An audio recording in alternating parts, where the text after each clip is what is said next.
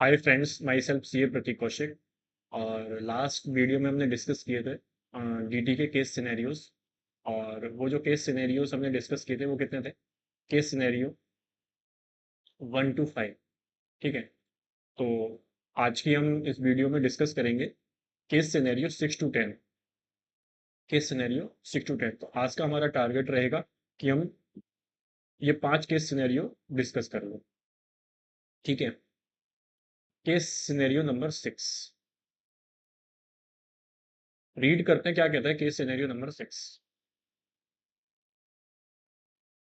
Ananya Gupta, a citizen of India, lives with her family in New York since the year 2000। एक अनन्या गुप्ता है जो citizen of India है और अपनी family के साथ न्यूयॉर्क में रहती है। ठीक है। कब से? 2000 से। She visited India from 21 March 2024 to 20 September 2024। वो इंडिया में विजिट करने के लिए आती हैं। कब से कब तक? 21 मार्च 24 से 28 सितंबर 24 तक। क्यों आती हैं? वो अपनी माँ की केयर करने के लिए आती हैं। इन द लास्ट 4 ईयर्स में, तो प्रीवियस ईयर 24-25 का था तो उसने बता ही दिया अपन को। ठीक है। उससे जस्ट पहले के बता रहा है कि जो लास्ट 4 ईयर है इससे पहले के, she has been visiting India for 100 days every year to be with her mother. तो उन 4 ईयर्स में वो कितने दिन आती है हर साल? 100 डेज आती है। ठीक है, यानी टोटल 400 दिन आती है। She owns an apartment at New York.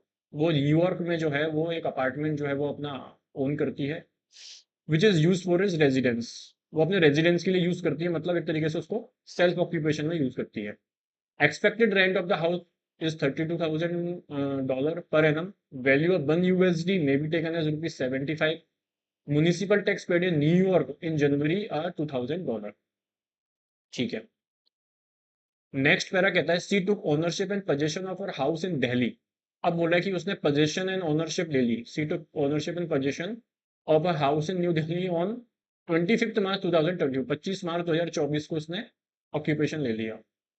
और किसके लिए? लेट आउट के लिए, सेल्फ ऑक्यूपेशन के लिए, फॉर सेल्फ ऑक्यूपेशन।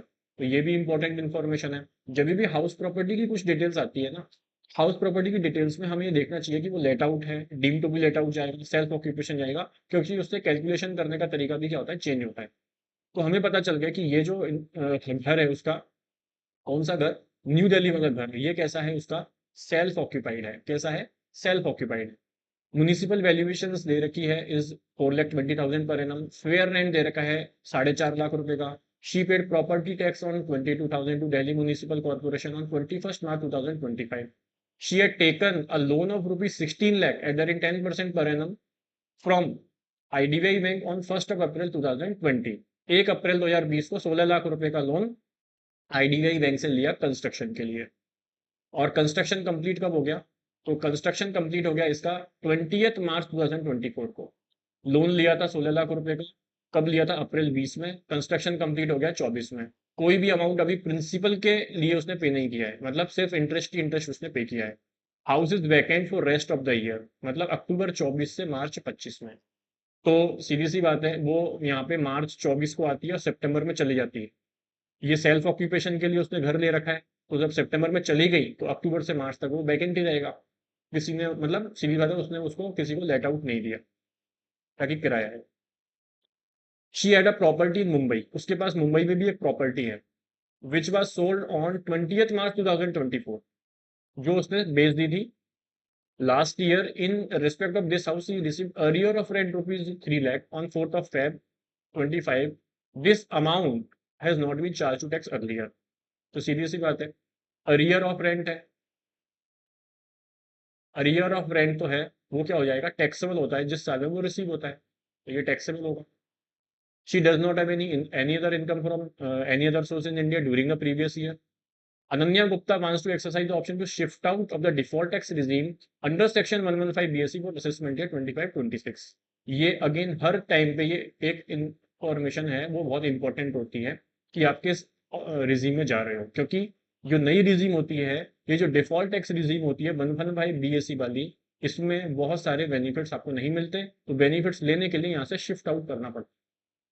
ठीक है। यहाँ पर जो है अनन्या गुप्ता है वो शिफ्ट आउट कर रही है, मतलब वो ऑप्शनल टैक्स रिजीम में जा रही है। Based on the fact of the case scenario given above, choose the most appropriate answer to the following questions. ठीक है, आपको यहाँ पे कुछ आसान से सवालों के जवाब देने हैं। तो इस क्वेश्चन में देखा जाए तो सबसे पहले तो इसने कुछ डेटा दिया रखा है रेजिडेंशियल स्टेटस निकालने के लिए, और फिर कुछ यहाँ पे हाउस प्रॉपर्टी से रिलेटेड कुछ इंफॉर्मेशन दे रखी है। अब क्वेश्चंस कैसे कैसे पूछ रहा है वो उस पर चलते हैं। तो पहला क्वेश्चन इसने पूछा यहाँ पे, what would be the residential status of Ananya Gupta for assessment year 25-26। Ananya Gupta का 25-26 का रेजिडेंशियल स्टेटस बताओ। असेसमेंट ईयर 25-26 का मतलब हो गया प्रीवियस ईयर 24-25, प्रीवियस ईयर 24-25। तो चलते हैं इसका रेजिडेंशियल स्टेटस निकालते हैं। सॉरी,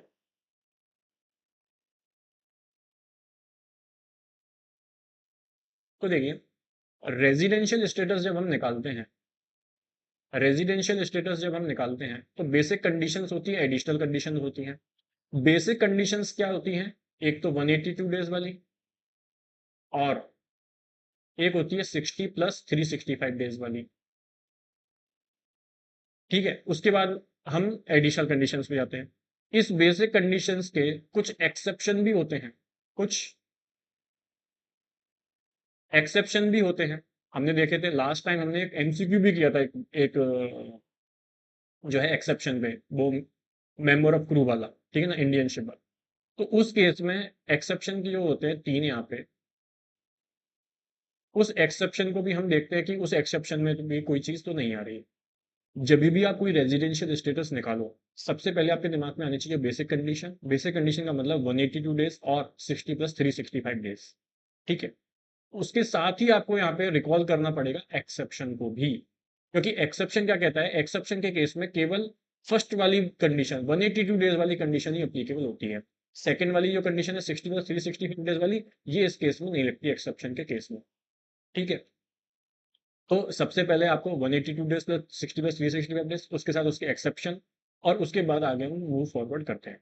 हमारे केस में क्या है वो हम देखते हैं। सबसे पहले तो क्या हमारा केस किसी एक्सेप्शन में आ रहा है?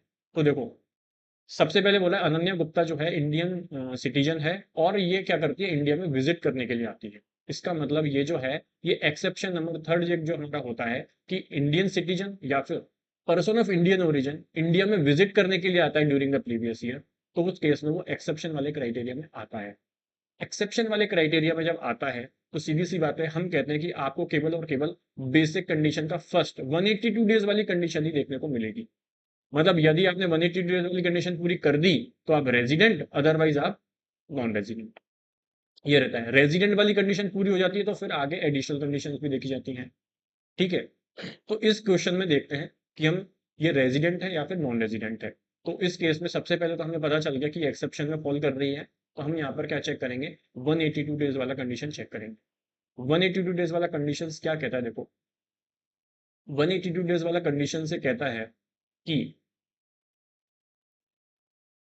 आप रिलेवेंट प्रीवियस ईयर, ठीक है, तो यहाँ पे मार्च में आ गई थी ये, तो अप्रैल देख लो। अप्रैल के कितने हो गए? 30, मई 31, जून 30, जुलाई 31, अगस्त 31, और सितंबर कितने? 28। तो आप इनका टोटल लगाओगे तो ये आएगा 181 डेज। 181 डेज। तो टोटल ये 24-25 रेलेवेंट प्रीवियस ईयर में कितने दिन रही है? 181 डेज इंडिया में ये रहती है। 181 डेज क्या रहती है? इंडिया में रहती है। तो सीधी सी बात है कि इसने यहाँ पे ये कंडीशन तो पूरी फुलफिल नहीं की। ये कंडीशन तो फुलफिल नहीं की क्योंकि ये तो लेस देन 182 डेज आ गया। लेकिन यहाँ पे क्या कहते हैं, प्रोविजंस क्या कहते हैं कि जब आपका एक्सेप्शन नंबर थर्ड होता है, आपको कुछ और कंडीशंस भी चेक करने को मिलती है। मतलब आपको केवल और केवल एक ही एक्सेप्शन है जिसमें आपको ये वाली जो कंडीशन है ना, इसका भी बेनिफिट मिलता है 60 प्लस 365 डेज का, लेकिन कुछ मॉडिफिकेशंस होते हैं। और वो मॉडिफिकेशंस क्या होते हैं कि यहाँ पे आपको बेनिफिट मिलता है, और वो कहता है कि आप 120 प्लस 365 डेज, ये वाली कंडीशन चेक करो। मतलब ऊपर जो हमारी 60 वाला डेज था ना, वो यहाँ पे कितना हो जाता है? 120 डेज हो जाता है। कितना हो जाता है? 120 डेज हो जाता है। लेकिन ध्यान रखना, ये कंडीशंस चेक करने के लिए आपको पहले एक और क्राइटेरिया फुलफिल करना पड़ता है, और वो होता है इनकम का क्राइटेरिया। तो यदि आपका इनकम जो है, यदि आपका जो इनकम है, कौन सा income, income from Indian sources, income from Indian sources, India से होने वाली जो आपकी इनकम है वो 15 लाख से ज्यादा है, इंडिया से जो इनकम हो रही है वो 15 लाख रुपए से ज्यादा है, other than foreign sources, provision कहते हैं income other than foreign sources, foreign sources को छोड़ के जो आपकी जो इनकम है, वो इनकम यदि आपकी क्या है 15 लाख रुपए से ज्यादा होती है, सॉरी 15 लाख रुपए से ज्यादा होती है, तो उस केस में आपको यहाँ पे क्या मिलता है, ये वाली कंडीशंस भी चेक करनी पड़ेगी, 120 डेज प्लस 365 डेज वाली। ठीक है।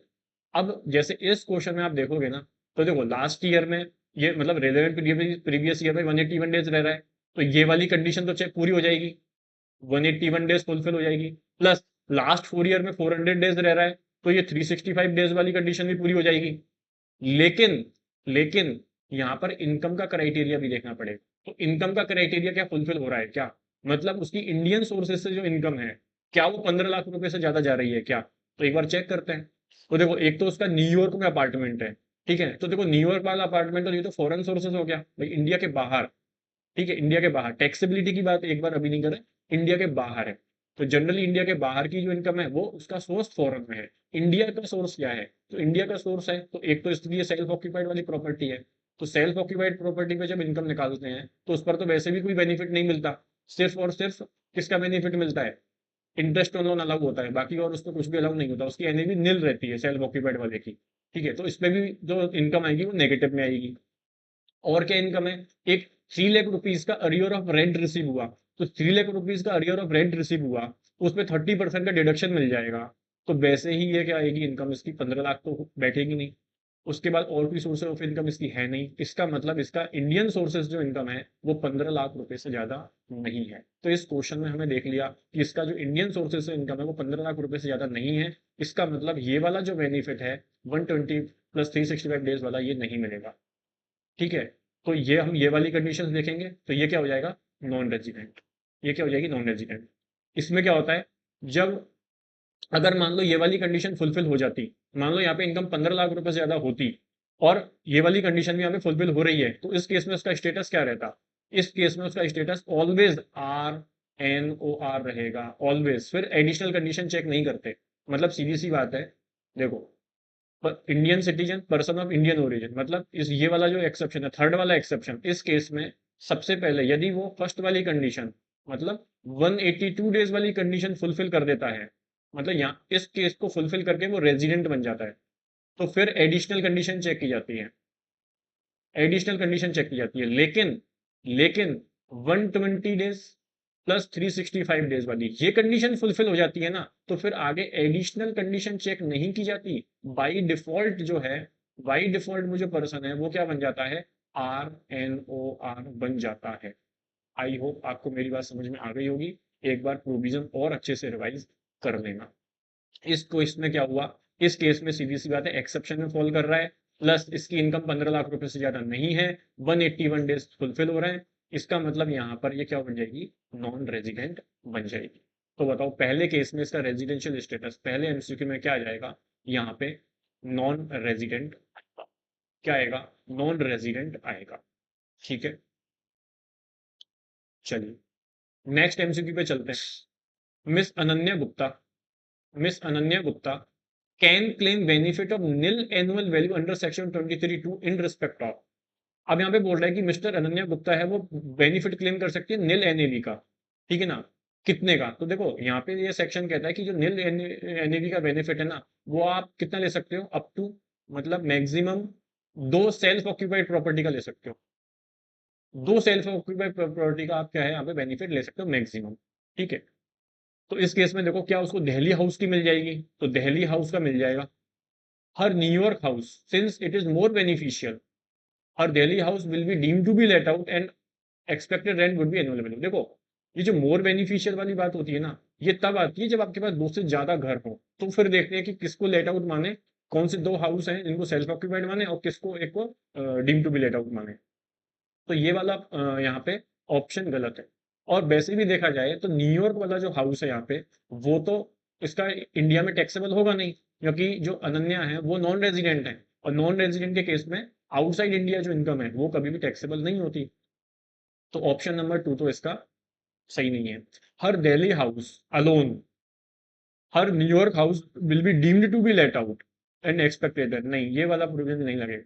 Both both Delhi House and New York House since benefit of nil annual value is available in respect of two house। देखो बात सही है, प्रोविजन बात बिल्कुल सही बोल रहा है कि ये दो हाउस प्रॉपर्टी में केस में मिल जाएगा, लेकिन चूंकि क्या है ये यहाँ पे नॉन रेजिडेंट है, नॉन रेजिडेंट के केस में आउटसाइड इंडिया की इनकम टैक्सेबल नहीं होती। तो यहाँ पे क्या हो जाएगा, यस इफ रेजिडेंट, यदि ये रेजिडेंट यहाँ पे होती तो ये बेनिफिट मिल जाता, नहीं तो अब ये नहीं मिल सकता। ठीक है, क्योंकि टैक्सेबल ही नहीं होगी तो बेनिफिट कहाँ से दोगे, टैक्सेबल ही नहीं होगी इंडिया में तो बेनिफिट कहाँ से दोगे, तो केवल दिल्ली वाले हाउस की मिल जाएगी। Option number A. ठीक है, दो सेल्फ ऑक्यूपाइड प्रॉपर्टी का मिलता है। चलिए नेक्स्ट क्वेश्चन है, what is the income chargeable under the head income from house property of Ananya Gupta for assessment year 25-26। Ananya Gupta के लिए आपको यहाँ पे दिखाना है कि इनकम कितना चार्जेबल होगा इनकम फ्रॉम हाउस प्रॉपर्टी। देखो इनकम फ्रॉम हाउस प्रॉपर्टी वाला जो हेड है ना, इसमें जब क्वेश्चन आते हैं ना तो थोड़ा ध्यान से पढ़ना, क्योंकि इसमें देखो कैलकुलेशंस कैसे होती है, एक तो होती है जीएबी की कैलकुलेशन, एक होती है एनएबी की कैलकुलेशन, और फिर आता है income from house property, income या लॉस। तो कभी कभी क्वेश्चन में बोलता है कि जीएबी कैलकुलेट करके दिखा दो, कभी कभी बोलता है एनएबी कैलकुलेट करके दिखा दो, कभी कभी फिर बोलता है कभी कभी इनकम या लॉस दिखा दो। और तीनों की कैलकुलेशन देखो, सिर्फ जीएबी पूछ रहा है तो कैलकुलेशन अलग है, सिर्फ एनएबी पूछ रहा है तो कैलकुलेशन अलग है, और इनकम लॉस पूछ रहा है तो कैलकुलेशन अलग है। ठीक है, तो जब भी आपसे इनकम फ्रॉम हाउस प्रॉपर्टी से रिलेटेड कोई एमसीक्यू आए उसमें इनकम पूछे तो बहुत अच्छे से देखना कि पूछना क्या चाह रहा है, कहीं ऐसा नहीं हो कि वो अपन से पूछना चाह रहा है एनएबी और अपन यहाँ पर इनकम या लॉस निकाल के उसको बता दें टोटल। ठीक है, तो अपन तो यहाँ पे क्या पूछ रहा है, what is income chargeable under the head, income chargeable कितनी होगी, इसका मतलब वो इनकम या लॉस, ये लास्ट वाली कैलकुलेशन अपन से पूछ रहा है। ठीक है, तो ये कैलकुलेट यहाँ पे अपन कर लेते हैं। तो यहाँ पे उसके पास देखो न्यूयॉर्क वाला हाउस तो टैक्सेबल होगा नहीं, सिर्फ दिल्ली वाला हाउस है टैक्सेबल होगा, और एक अरियर ऑफ रेंट टैक्सेबल होगा। ठीक है, ओके, तो यहाँ पे हम चलते हैं income from house property. Income from house property में एक तो है उसका दिल्ली हाउस, और एक है उसका arrear of rent, arrear of rent. Delhi house जो है वो उसका क्या है, सेल्फ ऑक्यूपाइड है। आंसर इज यस या नो, यस। तो सेल्फ ऑक्यूपाइड वाले केस में क्या होता है, सेल्फ ऑक्यूपाइड वाले केस में जो एनएवी है वो क्या हो जाती है, निल, जीरो। एनएवी क्या होती है, जीरो। इसमें आपको सिर्फ बेनिफिट मिलता है किसका, 24B, interest on, interest on borrowed funds, जो आपने पैसा लिया है कंस्ट्रक्शन के लिए, परचेज के लिए, उसका जो इंटरेस्ट होता है उसका आपको यहाँ पे बेनिफिट मिल जाता है। अरियर ऑफ रेंट में आपको सीधा क्या हो जाता है, टैक्सेबल हो जाता है। तो 3 लाख रुपए का जो रेंट है इसमें आपको डिडक्शन मिल जाएगा 30% का, यानी आपको यहाँ पे 2,10,000 इतना आपका यहाँ पे क्या हो जाएगा, इनकम या लॉस, सीधा यहाँ पे डिडक्शन मिल जाता है। यहाँ पे आपको क्या मिलेगा, सेल्फ ऑक्यूपाइड प्रॉपर्टी है तो कुछ भी नहीं मिलने वाला, सिर्फ आपको इंटरेस्ट का बेनिफिट मिल जाएगा। ठीक है, अब इंटरेस्ट रिलेटेड क्या डिटेल दे रखी है, तो इंटरेस्ट रिलेटेड डिटेल्स में देखो ये बोल रहा है कि हमें इसने कंस्ट्रक्शन के लिए लोन लिया था। तो कंस्ट्रक्शन के लिए जब लोन लिया था, तो अगेन कंस्ट्रक्शन के लिए जब लोन लेते हैं तो फिर इसमें एक कैलकुलेशन आती है, और वो कैलकुलेशन किसकी होती है, एक तो प्री कंस्ट्रक्शन, एक तो किसकी होती है बताओ, प्री कंस्ट्रक्शन पीरियड, और एक क्यों होती है post construction period, post construction period. Pre construction period का मतलब क्या होता है, प्री कंस्ट्रक्शन का पीरियड मतलब होता है जिस दिन आपने लोन लिया। ठीक है, तो जैसे इस केस में लोन लिया 1 अप्रैल 20 को, ठीक है ना, तो 1 अप्रैल 20 को मैंने लोन लिया, और या तो रीपेमेंट का डेट दे लो, तो रीपेमेंट तो हुआ नहीं है, या फिर जिस साल में आपका कंस्ट्रक्शन कंप्लीट हुआ है उससे जस्ट पहले का 31 मार्च ले लो। मतलब जैसे इस केस में कंस्ट्रक्शन कंप्लीट हुआ 20 मार्च 2024, 20 मार्च 2024 को कंस्ट्रक्शन कंप्लीट हुआ, तो इससे जस्ट पहले का 31 मार्च ले लो। जस्ट पहले का 31 मार्च का मतलब यहाँ पे हो गया 31 मार्च 23। ये वाला पीरियड जो है आपका क्या हो गया, प्री कंस्ट्रक्शन पीरियड। और फिर पोस्ट कंस्ट्रक्शन पीरियड जिस साल में अपन ये बेनिफिट कैलकुलेट कर रहे हैं। तो यहाँ पे इस केस में देखो कितना इंटरेस्ट अलग होगा, तो 16 लाख रुपए का लोन है, इसका 10%, यानी कितना, 1,60,000।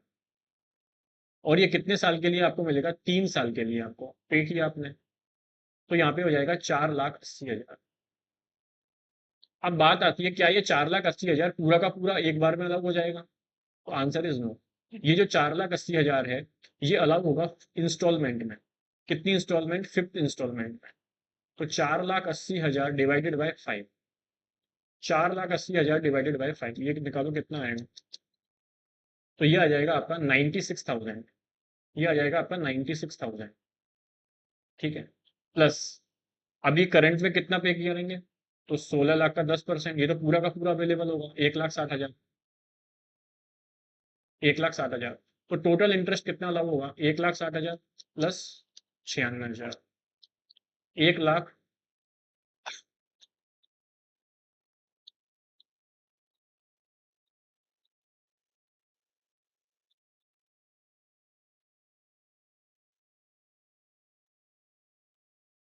ये आ जाएगा आपका 2,56,000, 2,56,000। सर ये क्या टोटल मिल जाएगा, तो देखो लेट आउट के केस में तो पूरा का पूरा अलग हो जाता है। सेल्फ ऑक्यूपाइड प्रॉपर्टी में क्या होता है, कितना अलग होता है, 2 लाख रुपए का अलग होता है। कंस्ट्रक्शन का केस है तो 2 लाख रुपए का अलग होगा। ठीक है, उसमें भी 3 कंडीशन होती हैं, नॉर्मली फुलफिल हो जाती है। ठीक है, 1 अप्रैल 1999 के बाद का लोन होना चाहिए, प्लस परचेज या कंस्ट्रक्शन के लिए होना चाहिए, तो देखो कंस्ट्रक्शन के लिए लिया हुआ है। 5 साल के अंदर अंदर कंस्ट्रक्शन भी कंप्लीट हो जाना चाहिए, तो इस केस में तीनों कंडीशन फुलफिल हो रही हैं। 2 लाख रुपए का यहाँ पे जो है अलाउ हो जाएगा, 2 लाख रुपए का अलाउ हो जाएगा। तो 2,56,000 का अलाउ नहीं होगा, कितना अलाउ होगा, only and only 2 lakh rupees. कितना, 2 लाख रुपीज। ठीक है, तो ये कितना अलाउ होगा, 2 लाख रुपए का, 2 लाख। तो ये आ गया आपकी नेगेटिव में 2 लाख। तो बताओ कंबाइंड कितना निकलेगा इनकम, 2 लाख रुपए नेगेटिव है, 2,10,000 पॉजिटिव है, तो 10,000 रुपए का आपका क्या आ गया income from house. Arrear of interest, arrear of rent जो है वो टैक्सेबल होगा पूरा का पूरा। तो अरियर ऑफ रेंट कितना आया था, 2,10,000, ये पॉजिटिव था और ये नेगेटिव। और हाउस प्रॉपर्टी सेल्फ ऑक्यूपाइड की नेगेटिव ही आती है, इंटरेस्ट वगैरह है, अदरवाइज तो पूरा ही निल रहेगा, कोई टैक्स, कोई उसमें टैक्सेबिलिटी नहीं आएगी। ठीक है, तो यहाँ पे कितना आ जाएगा, 10,000 रुपए की जो इनकम है वो आपकी टैक्सेबल हो जाएगी। तो income chargeable under that income from house property कितना, 10,000। कितना, 10,000। ओके, नेक्स्ट एमसीक्यू पे चलते हैं। Assuming that for the purpose of the question alone, Ananya Gupta has let out her flat in New York during 6 months. बोला है कि इस question के लिए अज्यूम करो केवल अनन्या गुप्ता ने लेट आउट किया अपना फ्लैट किसमें, न्यूयॉर्क में, ड्यूरिंग 6 मंथ। कौन सा 6 मंथ, अप्रैल से सितंबर, जब वो इंडिया में नहीं थी। For a sum of $6,000 per month. Such rent was received in a bank account in New York and then remitted to India through approved banking channels. What would be the income from house property chargeable to tax in her hand in assessment year 25-26? तो देखो सीधी सी बात है कि ये बिना मतलब question में घुमा रहा है अपन को। जब मिस अनन्या गुप्ता जो है वो क्या है, नॉन रेजिडेंट है, तो उसकी इंडिया के बाहर की इनकम तो टैक्सेबल ही नहीं होगी। जब इंडिया के बाहर की इनकम टैक्सेबल ही नहीं होगी, तो फिर वो इसमें कि वो बाहर उसने लेट आउट में दे दिया, बाहर उसने इतना पैसा कमा लिया, इतना रेंट कमा लिया, उससे कोई फर्क नहीं पड़ने को। तो यहाँ पर चूंकि वो उसका रेजिडेंशियल नॉन रेजिडेंट है, उसको यहाँ पे टैक्सेबिलिटी नहीं होगी। ठीक है, इसमें एक चीज और आती है, वो ये है कि उसने देखो रेमिटेंस किया, पहले तो न्यूयॉर्क में रिसीव हो गया उसको, फिर आगे उसने रेमिट किया इंडिया में। ठीक है, तो बेसिक्स में क्या पढ़ते हैं कि भाई इनकम जो है वो आपकी फर्स्ट टाइम रिसीव होनी चाहिए इंडिया में, तब हम उस पर देखेंगे। ठीक है, अब आपकी इनकम आपने पहले न्यूयॉर्क में ले ली, तो आपने सीधी सी बात है न्यूयॉर्क में उस पर टैक्स पे कर दिया होगा, फिर आप उसको इंडिया में रेमिट कर रहे हो तो रेमिटेंस पे टैक्स नहीं लगता। ठीक है, एक बार आपने टैक्स पे कर दिया, टैक्स पे हो गया, तो आपने न्यूयॉर्क में टैक्स पे कर दिया तो टैक्स पे कर दिया। ठीक है, ये कंसेप्ट भी है। लेकिन इस क्वेश्चन में क्या है, साफ साफ अनन्या गुप्ता नॉन रेजिडेंट है, नॉन रेजिडेंट की इनकम आउटसाइड इंडिया की कोई भी इनकम इंडिया में टैक्सेबल नहीं होती। तो उस केस में बताओ सेम आंसर रहेगा, कितनी इनकम होगी? 10,000। इनकम फ्रॉम हाउस प्रॉपर्टी कितनी रहेगी? 10,000 रहेगी। ठीक है, क्योंकि नॉन रेजिडेंट है। ओके, तो ये हमारा यहाँ पे कंप्लीट हो जाता है इन केस सिनेरियो नंबर 6। और यदि मैं इस केस सिनेरियो को कैटेगरी देना चाहूँ तो ये इजी में ही रहेगा, ज़्यादा इसमें नहीं है कुछ भी। और ये हाउस प्रॉपर्टी का, ठीक, हाउस प्रॉपर्टी है। एक इसमें आप देख सकते हो रेजिडेंशियल स्टेटस हमने देखा, एक्सेप्शन केस था। ठीक है, स्कोप ऑफ टोटल इनकम भी इसमें आ गया, स्कोप ऑफ टोटल इनकम भी इसमें आ गया। ठीक है, मेजर हाउस प्रॉपर्टी। ठीक है, ओके, नेक्स्ट केस सिनेरियो पे चलते हैं। Case scenario number 10। Case scenario number 10।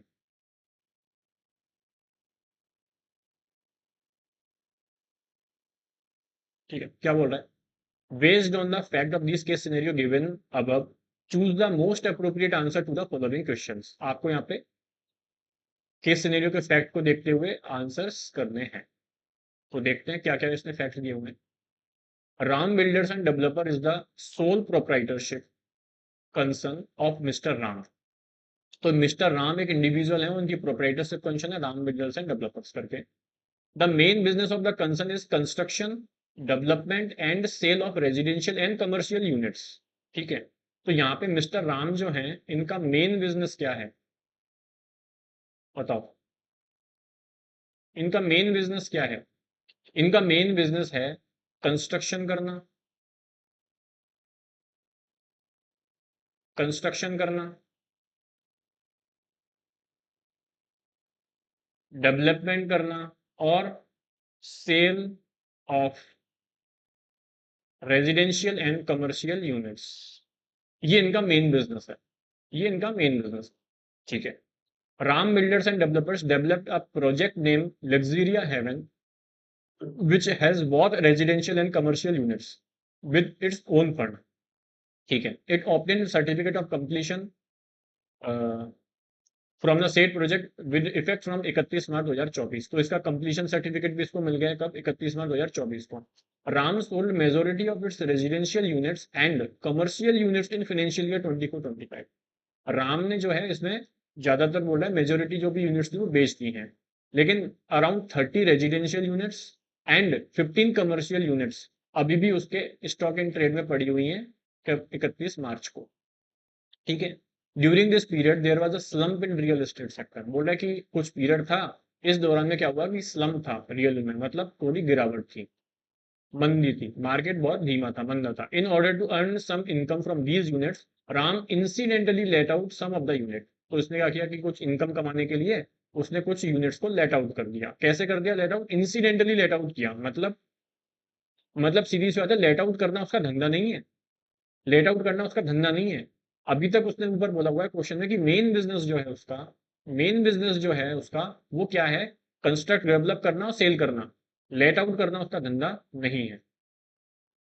तो जो भी उसका ऐसा स्टॉक इन ट्रेड पड़ा हुआ था वो उसमें से कुछ यूनिट उसने क्या कर दी? लेट आउट कर दी, ताकि वो कुछ इनकम कमा सके।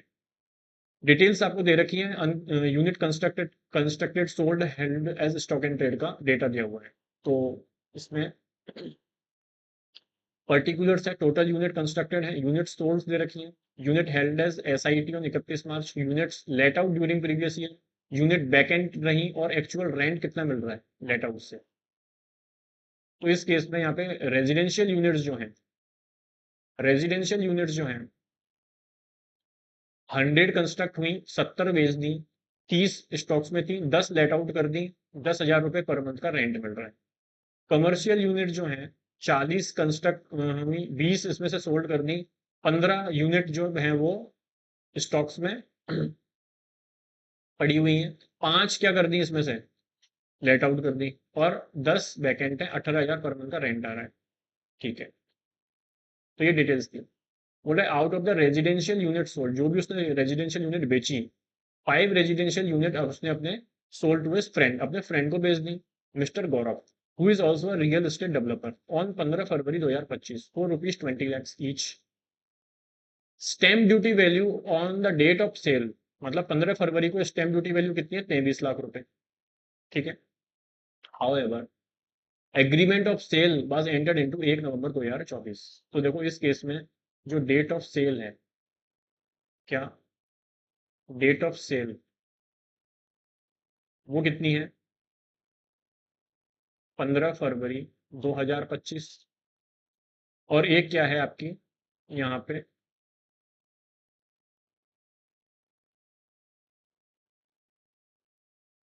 Date of agreement, date of agreement आपकी कितनी है? 1 नवंबर 2024। ठीक है। On the date the stamp duty value is ₹22 lakh. 1 नवंबर 24 को जो एसडीबी है वो कितनी थी? 22 लाख। और डेट ऑफ सेल के दिन जो एसडीबी है वो कितनी है? 23 लाख। ठीक है। राम को रिसीव हुआ 1 लाख रुपए बाई वे ऑफ अकाउंट पे ही चेक, अकाउंट पे ही बैंक ड्राफ्ट ऑन 1 नवंबर। 1 नवंबर को यहाँ पे डेट ऑफ एग्रीमेंट के दिन उसे 1 लाख रुपया भी रिसीव हुआ। कैसे मिला? अकाउंट पे ही बैंक ड्राफ्ट से मिला, अकाउंट पे ही बैंक ड्राफ्ट से मिला फ्रॉम गौरव। ठीक है। अब आपको यहाँ पे कुछ क्वेश्चंस का आंसर्स करने हैं। तो सबसे पहले पहला एमसीक्यू पढ़ते हैं। While computing the total income of mister Ram, while computing the total income of Mr. Ram, the income from residential and commercial units let out during the previous year taxed under which head, किस head में जाके taxable होगा? तो सीधी सी बात है, जो इनकम उसने लेट आउट की है, मतलब जो भी यूनिट्स उसने लेट आउट की है उससे जो इनकम हो रही है वो किस हेड में जाएगी? तो देखो जो रेंटल इनकम होती है, ध्यान से समझना, रेंटल इनकम जो होती है ना, उस रेंटल इनकम के 3 हेड में जा सकती है। हाउस प्रॉपर्टी में जा सकती है, पीजीबीपी में जा सकती है, और अदर सोर्स में जा सकती है। अदर सोर्स का नाम ही अदर है, मतलब जब कुछ नहीं फाल बैठता तो अदर सोर्स में भेज देते हैं। ठीक है। तो बात रहती है कि पीजीबीपी में, पीजीबीपी में कब जाती है? इसका भी फिक्स क्राइटेरिया है पीजीबीपी का। पीजीबीपी का क्राइटेरिया ये है, यदि आपका धंधा ही है रेंट पे देने का, क्या धंधा ही है रेंट पे देने का, तो पीजीबीपी, अदरवाइज हाउस प्रॉपर्टी। ठीक ना। हाउस प्रॉपर्टी में यदि भी कोई बैकेंट लैंड पड़ी रहती है उससे इनकम आती है तो वो अदर सोर्स में चली जाती है। ठीक है। तो वो अदर सोर्स में चली जाती है। अब इस हमारे क्वेश्चन में हम देखते हैं कि ये जो सॉरी यहाँ पर इसने रेंट आउट, ये जो उसको रेंटल इनकम मिल रही है ये रहा, इसने इसका धंधा क्या है? इसका धंधा है कंस्ट्रक्ट करना, डेवलपमेंट करना, सेल करना। लेट आउट मतलब रेंट पे देने का इसका धंधा नहीं है। इंसिडेंटली सेल कर दिया था क्योंकि कुछ फाइनेंशियल क्रंचेस थे, पैसे की जरूरत थी, इसलिए लेट आउट कर दिया। इसका मतलब क्या है? बताओ ये कहाँ जाएगा? ये कहाँ जाएगा? क्या ये पीजीबीपी में जाएगा? नहीं जा सकता। अच्छा, ये बैकएंड भी नहीं है, ये तो हाउस प्रॉपर्टीज ही है ना, तो इसका मतलब पूरा का पूरा ये कहाँ जाएगा? हाउस प्रॉपर्टी हेड में जाके टैक्सेबल होगा। कहाँ पे जाके टैक्सेबल होगा? हाउस प्रॉपर्टी हेड में जाके टैक्सेबल होगा। इसमें कंफ्यूज मत होना कमर्शियल यूनिट से लेके। कमर्शियल यूनिट जब आती है ना तो वो कंफ्यूजन हो जाता है कि कमर्शियल है, नहीं, चाहे रेजिडेंशियल यूनिट हो चाहे कमर्शियल यूनिट हो। हम देखते हैं रेंट जो आ रहा है ना, आप तो ये देखो कि जो रेंट रिसीव हो रहा है, क्या वो उसका धंधा है क्या? मतलब उसका रेंट पे देने का ही काम है क्या? तब तो ठीक है, तब तो वो पूरा का पूरा किस में जाएगा? पीजीबी पे। अदरवाइज किस में जाएगा? हाउस प्रॉपर्टी में। तो देखो इनकम फ्रॉम हाउस प्रॉपर्टी में, ओके, पीजीबीपी में नहीं जाएगा। Income from let out residential unit will be taxed under head income from house property. और कमर्शियल का पीजीबीपी, यही अपन डिस्कस कर रहे थे, नहीं भाई पीजीबीपी में क्यों जाएगा? पीजीबीपी में तो तब जाता है जब उसका धंधा हो, नहीं जाएगा। अदर सोर्सेज में नहीं जाएगा। तो किस में चला जाएगा ये? Income from house property, income from house property. ठीक है। क्वेश्चन नंबर 2 है, what would be the tax treatment of vacant residential and commercial unit held as stock in trade as on 31 मार्च 25? बोल रहा है टैक्स ट्रीटमेंट क्या होगा जो stock in trade में पड़ी हुई है यूनिट्स। तो देखो आपने प्रोविजंस पढ़े होंगे, दोबारा से रिवाइज करा देता हूँ कि यदि कोई भी आपकी हाउस प्रॉपर्टीज है वो as a stock in trade रहती है, as a stock in trade रहती है ना, तो आप क्या कर सकते हो, उस पे आप निल एनएवी क्लेम कर सकते हो, निल वैल्यू क्लेम कर सकते हो। कितना, कब तक, 2 साल तक। 2 साल कहाँ से, जहां से वो एसआईटी में पड़ी हुई है, जहां से वो एसआईटी में पड़ी हुई है। ऐसा क्या, आंसर इज नो। वहां पे है कि जिस दिन आपका कंस्ट्रक्शन कंप्लीट होता है, ठीक है ना, कंस्ट्रक्शन कंप्लीट। अब ये कैसे पता चलेगा कंस्ट्रक्शन कब कंप्लीट हुआ, तो कंस्ट्रक्शन कंप्लीट का मतलब है जो सर्टिफिकेट पे डेट लिखी हुई है, तो इसने सर्टिफिकेट लिया हुआ है, तो डेट ऑफ कंप्लीशन कब है, 31 मार्च 24। तो 31 मार्च 24 को कंप्लीट हुआ है, तो 2 साल तक क्या कर सकता है, इसका बेनिफिट ये ले सकता है। ठीक है, तो कि भाई कंप्लीशन हो गया, स्टॉक में पड़ी हुई है, बिकी नहीं है, तो 2 साल तक ये निल वैल्यू क्लेम कर सकता है, 2 साल तक निल वैल्यू क्लेम कर सकता है। ठीक है, 2 साल का इसको बेनिफिट मिलता है। किस पे मिलता है, एसआईटी वाली यूनिट्स पे मिलता है, जो आपकी स्टॉक इन ट्रेड में रखी हुई है, बिकी नहीं है अभी। तो इस केस में जो बिकी नहीं है, ये बोला कि उसका टैक्स ट्रीटमेंट क्या होगा, तो उसमें निल वैल्यू क्लेम कर सकते हैं। ऑप्शंस देखते हैं। बोला vacant residential unit would be deemed to be let out and expected rent would be deemed as the annual value chargeable to have income from house property. नहीं, वो यहाँ पे वैकेंट जो है एज एसआईटी उसको निल क्लेम कर सकता है। Vacant units both residential and commercial would be deemed to be let out and expected rent deemed to be annual value. ये भी नहीं सही लग रहा, ये भी सही नहीं है, ये भी सही लग रहा। Annual value of both vacant residential and commercial unit will be nil, hence no income is chargeable for such unit under the head house property. Okay, vacant unit held as stock in trade can never be deemed to be let out at, नहीं, 2 साल तक आप benefit ले सकते हो, 2 साल तक, उसके बाद तो आपको लाना ही पड़ेगा। 2 साल आप कर सकते हो, 2 साल का बेनिफिट आप ले सकते हो, तो 24-25 का आप में इसका बेनिफिट आपको मिल जाएगा। ठीक है, तो ये पॉइंट नंबर हो गया सी। तो एसआईटी की यूनिट्स का 2 साल के लिए आप निल वैल्यू क्लेम कर सकते हो। चलिए, नेक्स्ट क्वेश्चन है, what would be the full value of consideration, what will be the full value of consideration in respect of sale of unit to Mr. Gaurav for the purpose of computing PGVP transfer of unit. जब profit and निकालते हैं transfer of unit का, जो mister गौरव को transfer की थी 5 units, तो यहाँ पे जो 5 यूनिट ट्रांसफर की है मिस्टर गौरव को, उसके लिए क्या वैल्यू लें, उसके लिए क्या वैल्यू लें वो पूछ रहा है। तो देखो यहाँ पर हमने देखा था कि डेट ऑफ सेल थी, तो उसने 20 लाख रुपए में बेचा था, 20 लाख रुपए में बेचा था। अब बात आती है, इसको कंपेयर करते हैं एसडीबी से, स्टैम्प ड्यूटी वैल्यू। और स्टैम्प ड्यूटी वैल्यू जो होती है, इसका एक यहाँ पे प्रोविजंस होता है, तो वो प्रोविजन क्या कहता है, वो प्रोविजन कहता है कि स्टैम्प ड्यूटी वैल्यू कौन सी लें। ठीक है, स्टैम्प ड्यूटी वैल्यू कौन सी, तो स्टैम्प ड्यूटी वैल्यू में ये देखते हैं कि जो डेट ऑफ सेल है, यदि डेट ऑफ सेल और डेट ऑफ एग्रीमेंट यदि सेम डेट का है, मतलब आप सेम डेट पे सेल किया, उसी दिन एग्रीमेंट हुआ, तो उस केस में डेट ऑफ सेल का ही एसडीबी ले लेते हैं। ठीक है, लेकिन यदि दोनों अलग अलग हैं, अलग अलग हैं, तो डेट ऑफ एग्रीमेंट का भी एसडीबी लिया जा सकता है, डेट ऑफ एग्रीमेंट का भी एसडीबी लिया जा सकता है, यदि डेट ऑफ एग्रीमेंट के दिन कुछ पैसा आपको मिल जाए। और वो पैसा कैसे मिले, वो पैसा अदर देन कैश हो, ये पैसा कैश में नहीं होना चाहिए, नगद रोकड़ा नहीं होना चाहिए, अकाउंट पे ही चेक हो, अकाउंट पे ही बैंक ड्राफ्ट हो, यूपीआई हो, इलेक्ट्रॉनिक क्लियरिंग सिस्टम हो, ठीक है, चलेगा, कैश नहीं चलेगा। ठीक है, तो इस केस में देखो, डेट ऑफ सेल और डेट ऑफ एग्रीमेंट जो है वो अलग अलग हैं, अलग अलग हैं, तो डेट ऑफ एग्रीमेंट के दिन की एसडीबी भी हम कंसीडर कर सकते हैं, लेकिन उसके लिए देखना पड़ेगा क्या कुछ पैसा मिला है क्या, आंसर इज यस। यहाँ पे 1 नवंबर को पैसा मिला है 1 लाख रुपए, और वो भी किससे मिले हैं, अकाउंट पे ही बैंक ड्राफ्ट से। तो कौन सी वाली एसडीबी कंसीडर करेंगे, ये 22 लाख रुपए वाली जो स्टैम्प ड्यूटी वैल्यू है, ये कंसीडर करेंगे।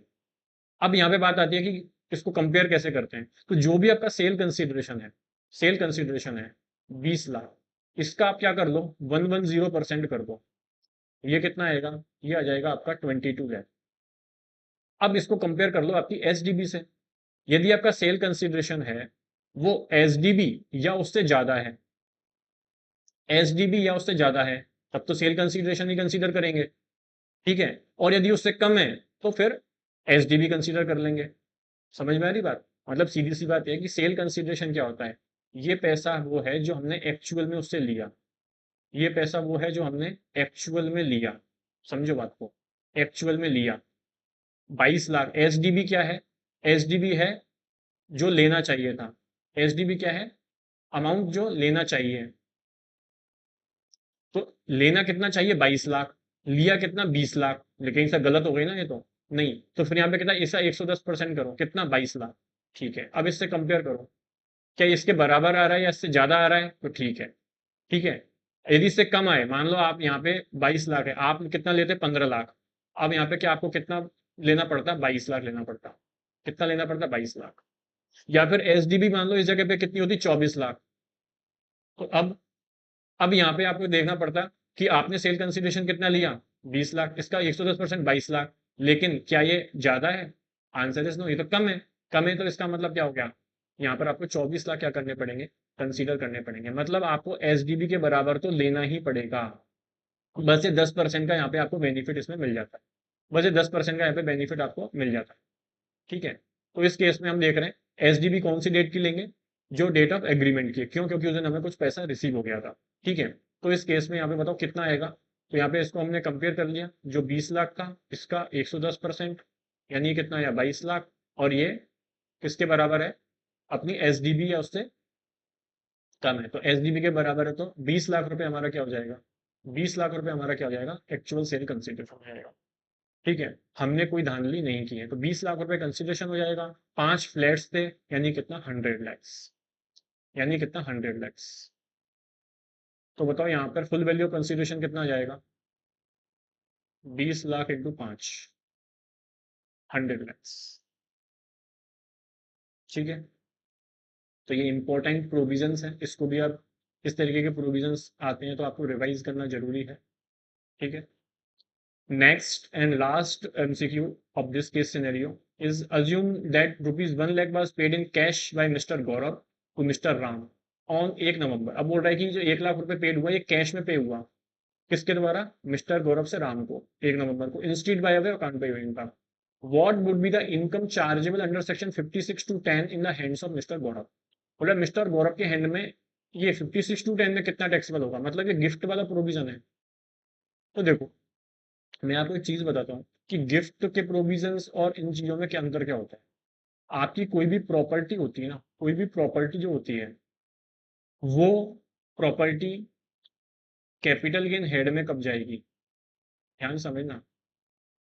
हम बात कर रहे हैं एक तरीके से इमूवेबल प्रॉपर्टी। ठीक है, वो कैपिटल गेन हेड में कब जाएगी, और एक तरीके से पीजीबीपी हेड में कब जाएगी। कैपिटल गेन हेड में तब जाती है जब वो कैपिटल एसेट की डेफिनेशन को फुलफिल कर दे। एम आई राइट, यदि कोई असेट, कोई प्रॉपर्टी कैपिटल असेट की डेफिनेशन को फुलफिल कर रही है तो वो कैपिटल गेन हेड में जाती है। और बिजनेस हेड में, पीजीबीपी हेड में कब जाती है, जब वो स्टॉक इन ट्रेड में होती है। सीधी सी बात है, इसका कंफ्यूजन बिल्कुल मत रखना दिमाग में। यदि स्टॉक है तो बिजनेस है, सीधी सी बात है। और असेट बना के प्रॉपर्टी खुद की पर्सनल रखी हुई है तो वो कैपिटल गेन है। कैपिटल असेट की जो डेफिनेशन है ना, इसमें एक्सक्लूजन है, आपने भी पढ़ा होगा। एक्सक्लूजन में क्या आता है, ये हमेशा एक्सक्लूड करता है स्टॉक इन ट्रेड को। ये बोलता है स्टॉक इन ट्रेड कभी भी कैपिटल असेट नहीं होता, स्टॉक इन ट्रेड कभी भी कैपिटल एसेट नहीं होता। ठीक है, अब जब stock in trade capital asset ही नहीं है तो हम तो बात कर रहे हैं बिजनेस की, हम तो बात कर रहे हैं बिजनेस की। ये क्वेश्चन बोल रहा है कि आप बताओ गिफ्ट के प्रोविजन, तो गिफ्ट के प्रोविजन में जो प्रॉपर्टी की बात आती है, उस प्रॉपर्टी की डेफिनेशन में लिखा हुआ है कि ये प्रॉपर्टी आपकी कैपिटल एसेट होनी चाहिए, प्रॉपर्टी कैपिटल एसेट होनी चाहिए। और कैपिटल एसेट क्या करती है, एक्सक्लूड कर देती है किसको, स्टॉक इन ट्रेड को। तो इस सीधी सी मतलब है, इस वाले ट्रांजेक्शन में जो है आपके गिफ्ट के प्रोविजन अप्लीकेबल नहीं होंगे, क्योंकि ये क्या है, स्टॉक इन ट्रेड है, और स्टॉक इन ट्रेड पे अप्लीकेबल ही नहीं होगा। तो यहाँ पे कोई टैक्सेबिलिटी नहीं आएगी इस केस में। तो कितना टैक्सेबल होगा, 15 लाख नहीं, 10 lakh, nil stamp duty value within permissible, no, nil since 56 student not applicable in this, तो D is the appropriate answer. D यहाँ पे अप्लीकेबल हो जाएगा, डी आंसर सही है। ठीक है, तो ये कंफ्यूजन ध्यान रखना।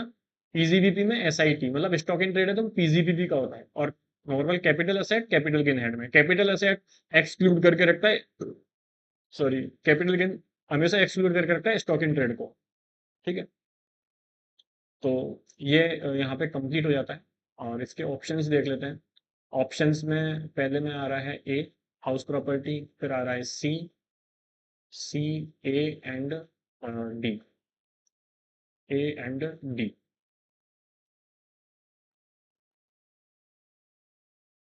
ठीक है,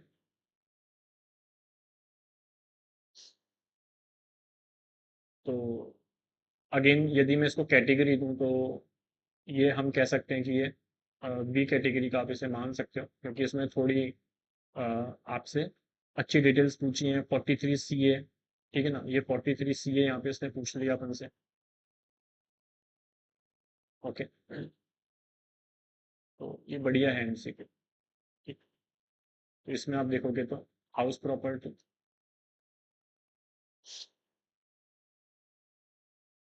और 56 to 10 गिफ्ट, ये वाला अप्लीकेबल हो गया। ठीक है, चलिए नेक्स्ट केस सिनेरियो पे चलते हैं। Case scenario number 8, case scenario number 8 read करते हैं। For the assessment year 25-26 mister Sonu submit the following information. कुछ इंफॉर्मेशन दे रखी है। Particulars building at Chennai, building at Kochi, municipal valuation दे रखा है, standard rent, fair rent, rent received. Rent received को ही क्या बोलते हैं, एक तरीके से एक्चुअल रेंट भी बोलते हैं। Municipal tax paid by tenant mister Ramu for building at Chennai. तो चेन्नई वाली जो बिल्डिंग है इसका जो म्युनिसिपल टैक्स है ये किसने पे किया है, टेनेंट ने।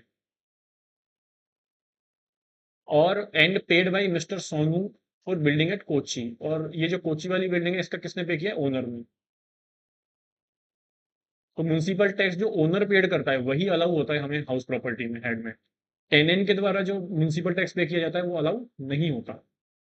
रिपेयर्स दे रखी हैं, लैंड रेवेन्यू दे रखा है, इंश्योरेंस प्रीमियम है, interest on loan borrowed for payment of municipal tax, municipal tax को पे करने के लिए कुछ लोन लिया वो दे रखा है। नेचर ऑफ ऑक्यूपेशन दे रखा है, let out for residence, let out for business, ठीक है। और date of completion of construction दे रखी है। Mister Sonu constructing one more building in Mumbai during the previous year 24-25। Mister Raju, a film director, took on rent the building under construction. अब ये building under construction है अभी, ठीक है, तो इसका हाउस प्रॉपर्टी तो हम कह नहीं सकते, क्योंकि अभी कंस्ट्रक्ट ही नहीं, अभी तो चल रहा है ये, ठीक है ना। कुछ वैकेंट पड़ा होगा, कुछ इस पे कंस्ट्रक्शन हो रहा है, तो इसे फिल्म डायरेक्टर ने ले लिया, वो उस पर अपना सेट बना लेगा, ठीक है ना। इन Mumbai at 5,000 per month for this film shooting. Construction of the set building would be completed in April 25, तो अगले साल में आके पूरा होगा। सोनू जो है वो एक रियल एस्टेट डेवलपर है and letting properties is not the business of mister Sonu. मतलब सीधी सी बात है, ये जो दिहाड़ी की इनकम है ना वो उसका बिजनेस इनकम नहीं है। या तो वो हाउस प्रॉपर्टी का इनकम है या फिर वो उसका अदर सोर्स का इनकम है। तो देखो इस केस में तो इसका पूरा बिल्डिंग बना हुआ है, तो बिल्डिंग हाउस प्रॉपर्टी है, ये भी हाउस प्रॉपर्टी है, लेकिन अंडर कंस्ट्रक्शन है, तो कंस्ट्रक्शन ही नहीं है अभी तो। अभी तो कंस्ट्रक्शन बना ही नहीं है उस पर। बिल्डिंग बनाऊंगा, जैसे मेरे पास एक लैंड पड़ी हुई है, मैं कहूँगा मैं इस पर बिल्डिंग बनाऊंगा, तो बनाऊंगा, अभी तो वो वैकेंट है ना, लेकिन मैंने उसको किसी को रेंट पे दिया, अभी कंस्ट्रक्शन चल रहा है, रेंट पे दे दिया, उससे कुछ इनकम आने लगा, तो वो किस में जाएगा, एक तरीके से मेरा अदर सोर्सेज में जाएगा। किस में जाएगा, अदर सोर्सेज में जाएगा, ठीक है। तो ये वाला इनकम अदर सोर्सेज में, दो इनकम उसकी हाउस प्रॉपर्टी में, क्योंकि इसने बोल दिया कि लेटिंग आउट प्रोमाइसेस जो है वो उसका बिजनेस नहीं है, ठीक है। Based on the fact of the case scenario given above, choose the most appropriate answer of the following questions. चलिए, पहला क्वेश्चन बोलता है which of the building's income is chargeable to tax under the head income from house property in hands of Mr. Sonu. Mister Sonu के hand में बोल रहा है जो बिल्डिंग से जो इनकम आ रही है, which of the building income is chargeable to income from house property, जो कौन सी हाउस प्रॉपर्टी के हेड में जाएगी। Building at Chennai only, Kochi only, both building Chennai and Kochi, okay. All the three buildings Chennai Kochi Mumbai, नहीं, वो तो under constructed property, under constructed property है, तो अदर सोर्सेज में जाएगी। तो यहाँ पे point C is the right option, both building at Chennai and Kochi house property head में जाएगी, ठीक है ना। ये जो है मुंबई में जो बना रहा है वो अदर सोर्सेज में जाएगा, ओके। एमसीक्यू नंबर 2 बोल रहा है which of the following payments expenditure is allowable as deduction while computing income from underhead income from house property incurred in respect of the building at Chennai and Kochi। किसके respect में, चेन्नई और कोची के respect में। तो देखो सीधी सी बात होती है, हम जो कैलकुलेशन करते हैं उसमें क्या आता है, सबसे पहले जीएवी, जीएवी में से हम लेस करते हैं म्युनिसिपल टैक्स, तो एक तो म्यूनसिपल टैक्स अलग होता है, वो भी कौन सा, ओनर वाला। उसके बाद 24A का एक डिडक्शन मिलता है 30% का स्टैंडर्ड, और एक मिलता है इंटरेस्ट ऑन लोन। ठीक है ना, ये खर्चे अलग होते हैं। तो municipal tax paid by mister Sonu and Ramu नहीं। Municipal tax, rent revenue, insurance premium, interest on loan borrowed for payment of municipal tax paid by mister Sonu, no. Only municipal tax paid by mister Sonu, yes. Owner के द्वारा जो पे किया जाए वही अलग होता है। बहुत municipal tax and repairs paid by mister Sonu नहीं, रिपेयर्स वगैरह अलग कुछ नहीं होता, केवल और केवल म्यूनिसिपल टैक्स, और वो भी किसके द्वारा, ओनर के द्वारा। तो C is the right answer. Under which head of income amount receive from mister Raju would be chargeable to tax. बोल रहा है किस हेड ऑफ इनकम में अमाउंट रिसीव जो हुआ राजू को, राजू से वो चार्जेबल टैक्स होगा। राजू का मतलब वो under constructed property, under construction वाला, तो वो तो अदर सोर्सेज में जाएगा। तो किस में जाएगा, इनकम फ्रॉम अदर सोर्स में। हाउस प्रॉपर्टी में नहीं जाएगा, पीजीबी में नहीं जाएगा, इनकम फ्रॉम हाउस प्रॉपर्टी, और नहीं ये भी नहीं है, तो इनकम फ्रॉम अदर सोर्सेज में जाएगा। ठीक है, ये भी इजी था इनसे two. What is the amount chargeable to tax under the head income from house property in the hand of mister Sonu for previous year 24-25। तो 24-25 में कितना उसका इनकम फ्रॉम हाउस प्रॉपर्टी रहेगा। तो income from house property head में कितना जाएगा, house property head में, तो इसके पास दो बिल्डिंग्स हैं, इस बिल्डिंग से कैलकुलेट करना पड़ेगा। ठीक है, तो इसमें देखो यहाँ पे इसके पास दो चीजें हैं, एक तो है बिल्डिंग एट चेन्नई,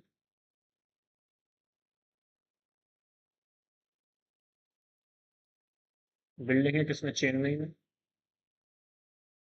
सॉरी।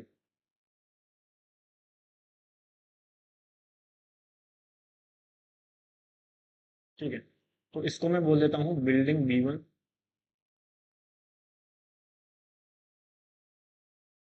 और इसको मैं बोल देता हूँ B2। ये कौन से, कोची। दोनों ही क्या है, लेट आउट है। हमेशा ध्यान रखना, जब भी हाउस प्रॉपर्टी का क्वेश्चन हो, ये मैंडेटरी है कि आप इस चीजों को नोट करो कि ये लेट आउट है, ये सेल्फ ऑक्यूपाइड है। ठीक है, ताकि आपको कोई कंफ्यूजन ना रहे। इसमें सबसे पहले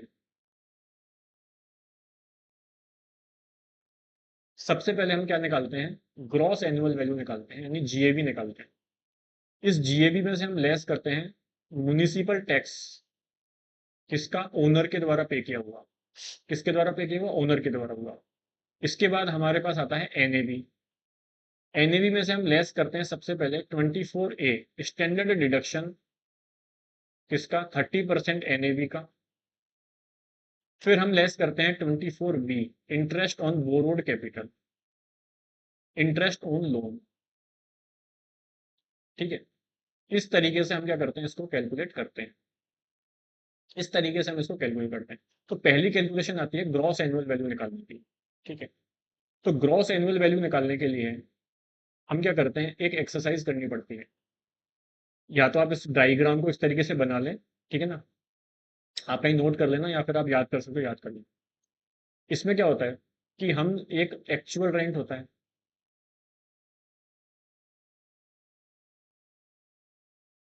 एक्चुअल रेंट, इसको मैं शॉर्ट में लिख रहा हूँ AR, actual rent.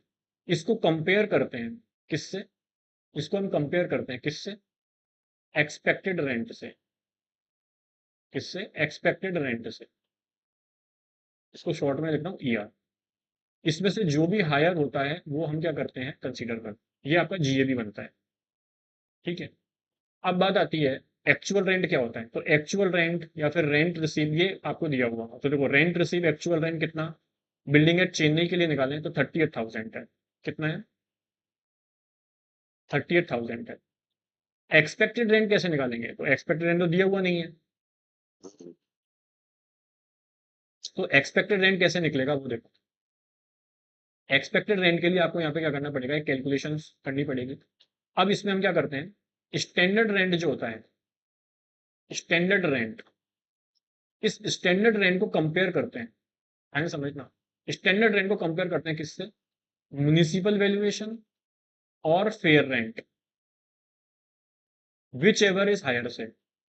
Municipal value और fair rent, whichever is higher से। इसको मैं दोबारा से एक्सप्लेन कर रहा हूँ। जीएबी निकालने के लिए एक्चुअल रेंट को कंपेयर करते हैं हायर एक्सपेक्टेड रेंट से, which ever is high. Actual rent दिया हुआ, एक्सपेक्टेड रेंट चाहिए। एक्सपेक्टेड रेंट निकालने के लिए स्टैंडर्ड रेंट को कंपेयर करते हैं किससे? स्टैंडर्ड रेंट को कंपेयर करते हैं किससे? म्युनिसिपल वैल्यू और higher rent, whichever is higher. तो म्युनिसिपल वैल्यू कितनी है देखो, 35,000। और फेयर रेंट कितना है? 31,000। Whichever is higher? 35,000। Standard rent कितना है? 36,000। इसको कंपेयर कर लो, मतलब whichever is lower, standard rent और जो भी अमाउंट आया विच एवर इज लोअर, 35,000। तो यहाँ पे कितना जाएगा एक्सपेक्टेड रेंट? 35,000। इन दोनों में से जो भी कम हो, 35,000। फिर विच एवर इज हायर कितना? 38,000। तो बताओ जीएबी कितनी आ गई चेन्नई की? 38,000। कितनी आ गई? 38,000। इस एक्सरसाइज को एक बार और करते हैं तो आपको और समझ में आ जाएगा। आप इस डायग्राम को बना सकते हो। बनाने के बाद आप इसको जितनी बार इससे सॉल्व करोगे उतना ही आपके दिमाग में छप जाएगा। देखो, आप कोची वाली बिल्डिंग के लिए करते हैं सेम एक्सरसाइज, कोचिंग वाली बिल्डिंग के लिए करते हैं, ठीक है। एक्चुअल रेंट कितना है? जो भी रेंट रिसीव हुआ है कितना? 68,000। एक्सपेक्टेड रेंट निकालना है। एक्सपेक्टेड रेंट के लिए क्या करते हैं? स्टैंडर्ड रेंट को कंपेयर करते हैं किससे? म्युनिसिपल वैल्यू और fair rent, whichever is higher से। तो म्युनिसिपल वैल्यू और फेयर रेंट, म्युनिसिपल वैल्यूएशन कितना है? 80,000। कितना है? 80,000। फेयर रेंट कितना है? 82,000। विच एवर इज हायर, यानी कितना? 82,000। और स्टैंडर्ड रेंट कितना है? 70,000। Whichever is lower, whichever is lower, 70,000। 70,000। Whichever is higher, 70,000। तो बताओ यहाँ पे कितना जाएगा? 70,000। इस तरीके से एक्सरसाइज किया था। तो आप भी इसको नोट करके इसे आप अपना जितना एक्सरसाइज आप इससे करोगे बार बार, तो आपको ये याद होगी, ठीक है। चलिए, तो यहाँ पे जीएबी यहाँ पे हमने निकाल ली है। अब जीएबी निकालने के बाद हम क्या करेंगे? म्यूनसिपल टैक्स लेस कर देंगे, लेकिन किसका? ओनर वाला। चेन्नई वाली बिल्डिंग के लिए जो है वो टेनेंट ने पे किया है, तो ये अलाउ नहीं होगा। यहाँ पे अलाउ हो जाएगा कितने का? 4,000। कितने का? 4,000 का। ये कितना हो जाएगा? 38,000। ये कितना हो जाएगा? 66,000। 30% ऑफ एनएबी हटा देते हैं। 30,000, 8,000 का 30% है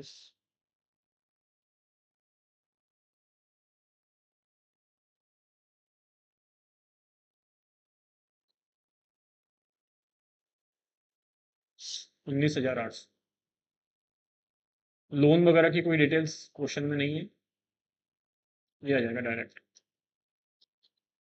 46,200।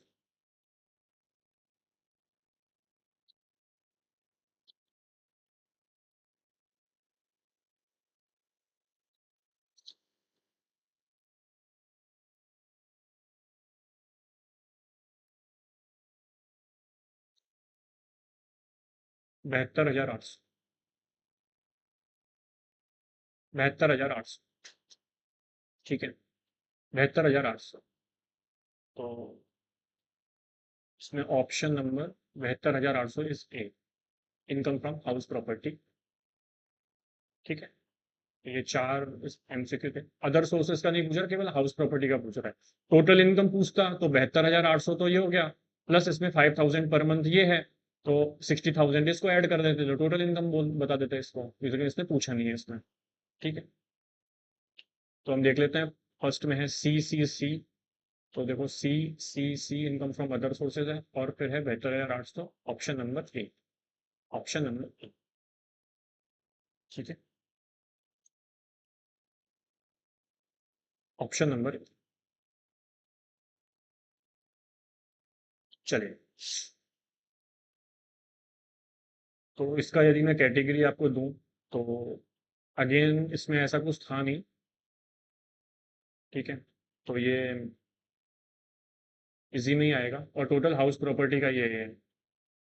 इसमें आपसे सारी चीज़ उसने पूछ ली, N A B G A B सारा आपसे कंसेप्ट उसने पूछ लिए, ठीक है। तो प्रॉपर हाउस प्रॉपर्टी का ये केस सिनेरियो है।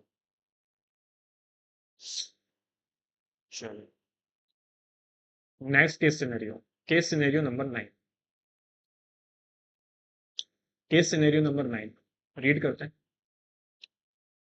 Mister Ganesha a salaried person has 3 houses. Mister Ganesh salaried person है, उनके 3 हाउसेस हैं। One in Thane Maharashtra, second in Jaipur Rajasthan and third in Ratlam MP. Details of flat houses are as follows. Thane flat का दे रखा है 3 BHK flat purchased in April 2001 for 90 lakh। Afterward interior work done in 2006 of rupees 15 lakhs। Mister Ganesha took loan of rupees 65 lakh for purchase of this flat in 2001 and settle कर दिया full loan कितने में, 21 में। तो सारी चीज उसका settlement हो चुका। थाने वाला फ्लैट है, ठीक है।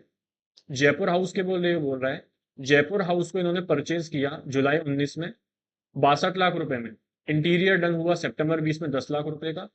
लोन लिया था इसको परचेज करने के लिए 15 लाख रुपए का, ठीक है ना, जून 19 में।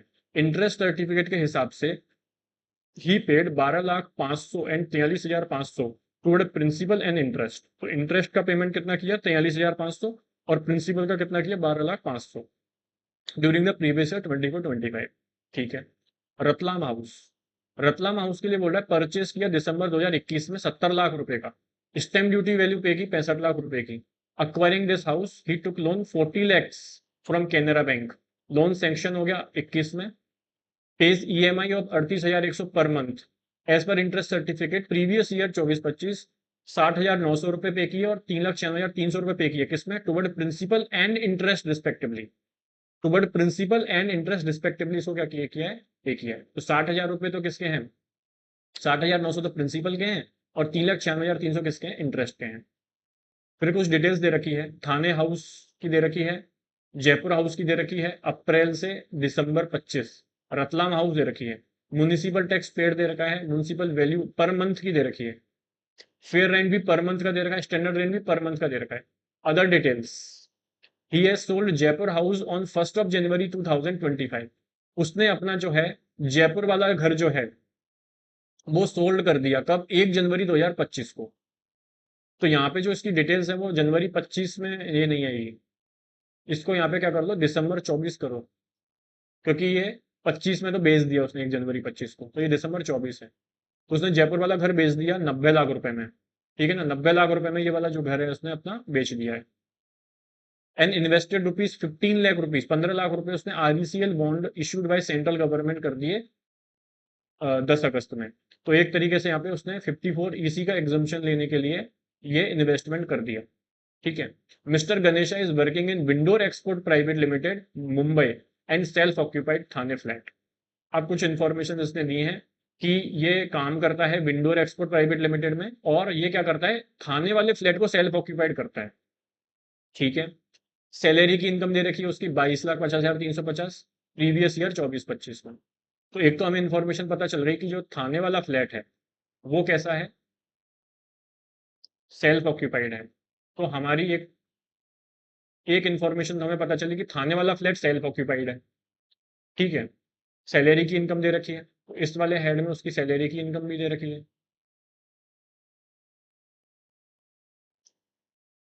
Has no other income from any other sources, और कोई सोर्सेस से कोई इसकी इनकम नहीं है। Has given Ratlam house on rent to mister Pratap, monthly rent 8,500। तो 8,500 रुपए पर मंथ पे ये वाला जो रतलाम वाला घर है ये इसने रेंट पे दिया हुआ है। इसका मतलब ये वाला हाउस कैसा है, ये लेट आउट है। 8,500 पर मंथ में लेट आउट कर रखा है, ठीक है, ये हो गया। Has given Jaipur house on rent for the period April 24 to June 24, ठीक है ना, किसको दे रखा है, Madhura Mahato on monthly rent 7,100 रुपए and vacant for remaining period जुलाई से दिसंबर 24। दिसंबर के बाद तो बेच दिया उसने, तो यहाँ पे 3 मंथ जो है, 3 मंथ तो लेट आउट किया है, और 6 मंथ क्या रहा है, वैकेंट रहा है, 7,100 रुपये पर मंथ। तो जयपुर वाला हाउस जो है वो क्या किया, 3 मंथ तो क्या किया, रेंट 7,100 पर मंथ, और 6 मंथ क्या किया इसको, वैकेंट, क्या किया, वैकेंट, खाली पड़ा रहा, ठीक है। लेकिन है ये कैसे नेचर का, लेट आउट नेचर का, लेट आउट किया हुआ है। तो 2 प्रॉपर्टी लेट आउट है, एक सेल्फ ऑक्यूपाइड है। Mister Ganesha wants to exercise the option to shift out of the default tax regime under section 115 BSC। तो ये शिफ्ट आउट कर रहा है डिफॉल्ट टैक्स रिजीम 115 बीएससी से। कॉस्ट इन्फ्लेशन इंडेक्स दे रखे, ये इंफॉर्मेशन इंपॉर्टेंट रहती है।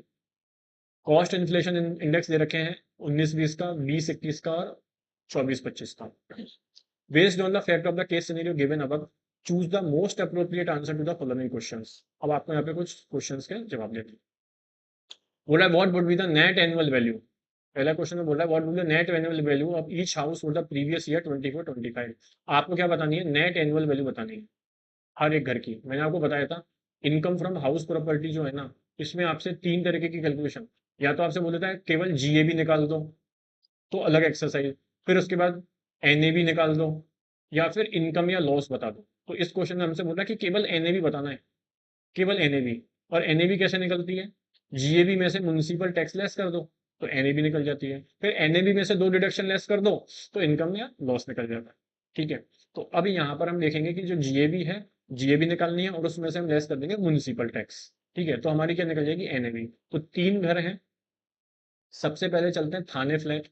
थाने फ्लैट में देखोगे तो सेल्फ ऑक्यूपाइड है, सेल्फ ऑक्यूपाइड है तो नील होता है, केवल एक इंटरेस्ट की डिडक्शन मिलती है, उसका कोई यहाँ पे डिटेल्स है नहीं। लोन का दे रखा है, इंटरेस्ट वगैरह का कुछ है नहीं, बोल रहा है सेटल वेटल हो गया, पता नहीं क्या हुआ। थाने फ्लैट का क्या है, नील। थाने फ्लैट का क्या है, नील, क्योंकि सेल्फ ऑक्यूपाइड है। अब चलते हैं जयपुर हाउस में। ठीक है, तो जयपुर हाउस हमें निकालना है यहाँ पे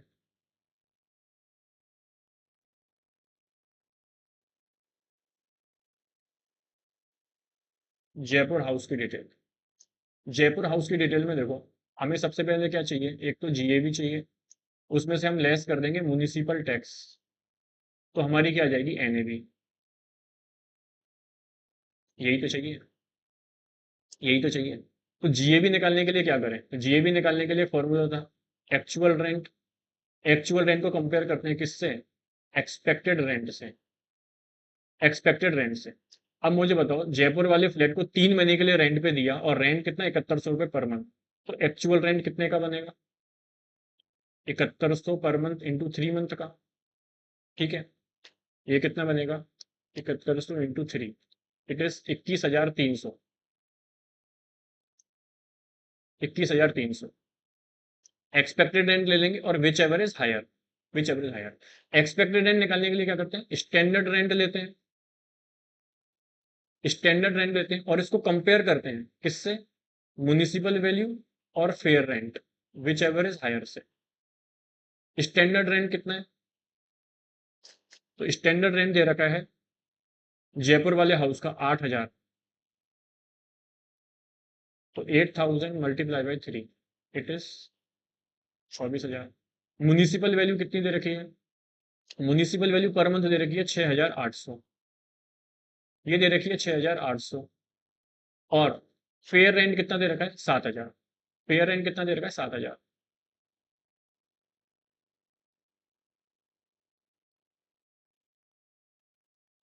21,000। और ये कितना है, 6800 into 3, 20,400। Whichever is higher, 21,000,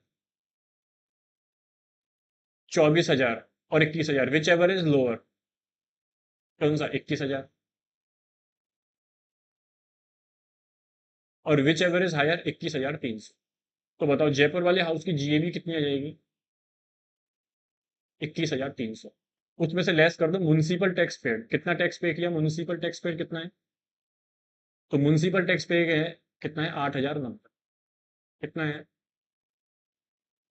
8,090। तो एनएबी कितनी आ जाएगी, 21,300 minus 8,090 is 13,210। NAB is 13,210।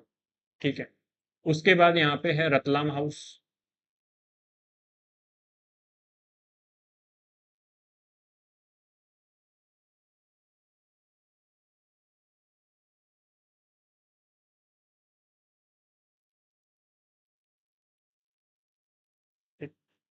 Jaipur house के बाद यहाँ पे आता है रतलाम हाउस।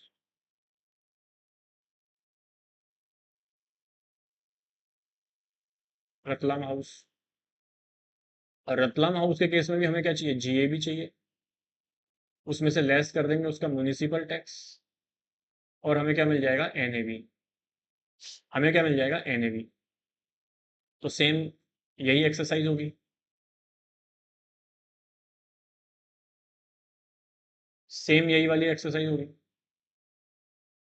सबसे पहले एक्चुअल रेंट कितना है, तो एक्चुअल रेंट है उसका 8,500 रुपये पर मंथ। ये तो पूरा 12 महीने का है। स्टैंडर्ड रेंट कितना है रतलाम हाउस का, 7,300। रतलाम हाउस का कितना है, 7,300। म्युनिसिपल वैल्यू कितनी है, म्युनिसिपल वैल्यू है 7,200।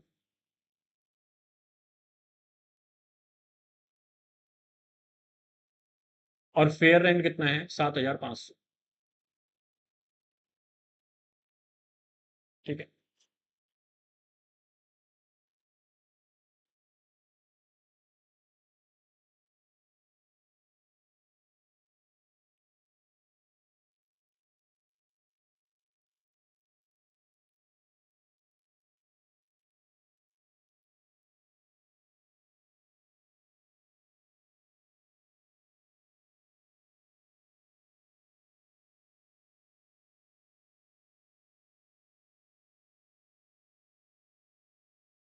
ठीक है, whichever is higher, municipal value और fair rent whichever is higher, ये हो जाएगा 90K। उसके बाद इसको कंपेयर करेंगे स्टैंडर्ड रेंट से, 87,600, whichever is lower, 87,600। Whichever is higher, इसको कंपेयर करेंगे एक्चुअल रेंट से, ये कितना है, 1,02,000, 1,02,000। तो जीएबी कितनी आ जाएगी यहाँ पे, 1,02,000। इसमें से म्युनिसिपल टैक्स लेस कर देंगे। म्युनिसिपल टैक्स कितना है, 6,909। म्युनिसिपल टैक्स कितना है, 6,909।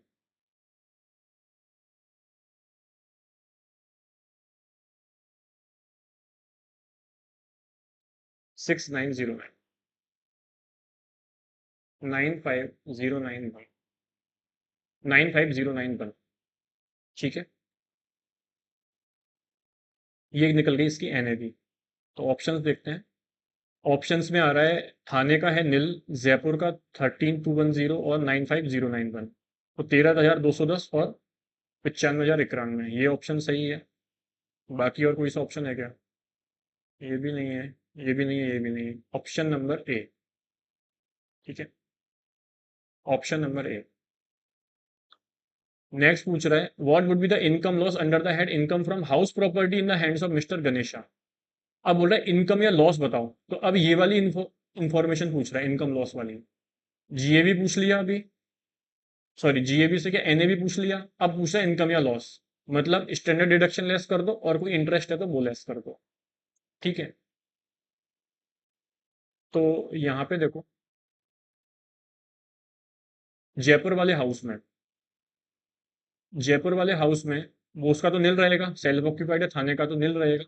जयपुर वाले हाउस में अब यहाँ पे आप लेस कर दो, एक तो 30% स्टैंडर्ड डिडक्शन। ठीक है, 13,210 का 30% कितना हो जाएगा, 3,963। लेस कर दो 24B इंटरेस्ट। तो इंटरेस्ट कितना हो जाएगा यहाँ पे, जयपुर वाले हाउस में जो इंटरेस्ट उसने पे किया है वो है 43,500 रुपये का।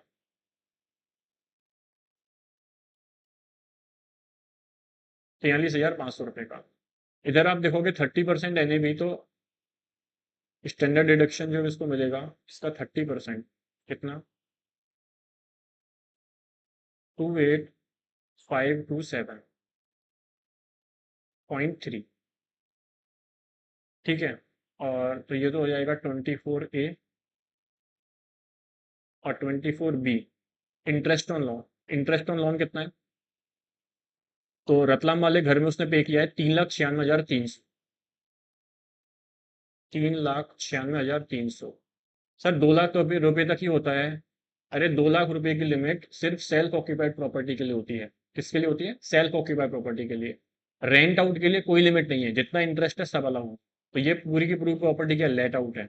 रतलाम वाला हाउस जो है वो कैसा है, लेट आउट है, तो यहाँ पर पूरा का पूरा इंटरेस्ट क्या हो जाएगा, पूरा का पूरा इंटरेस्ट क्या हो जाएगा, अलग हो जाएगा। तो यहाँ पे निकाल लो इनकम या लॉस, वो भी आ रहा है, ये कैलकुलेट करिए।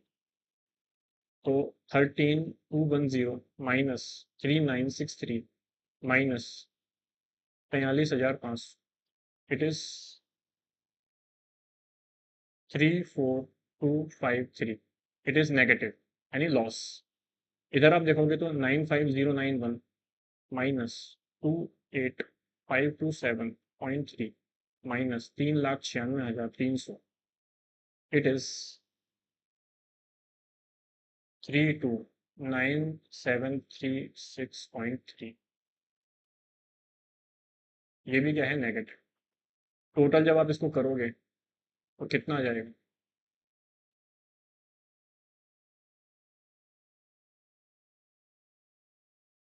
ये आ जाएगा 3,63,989.3।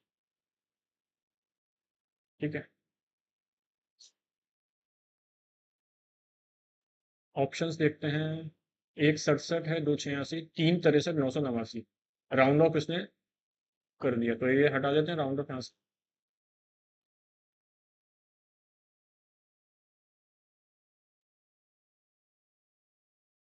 फ्रैक्शन को ही नहीं दे, 3,63,989 यह आ जाएगी इनकम फ्रॉम हाउस प्रॉपर्टी।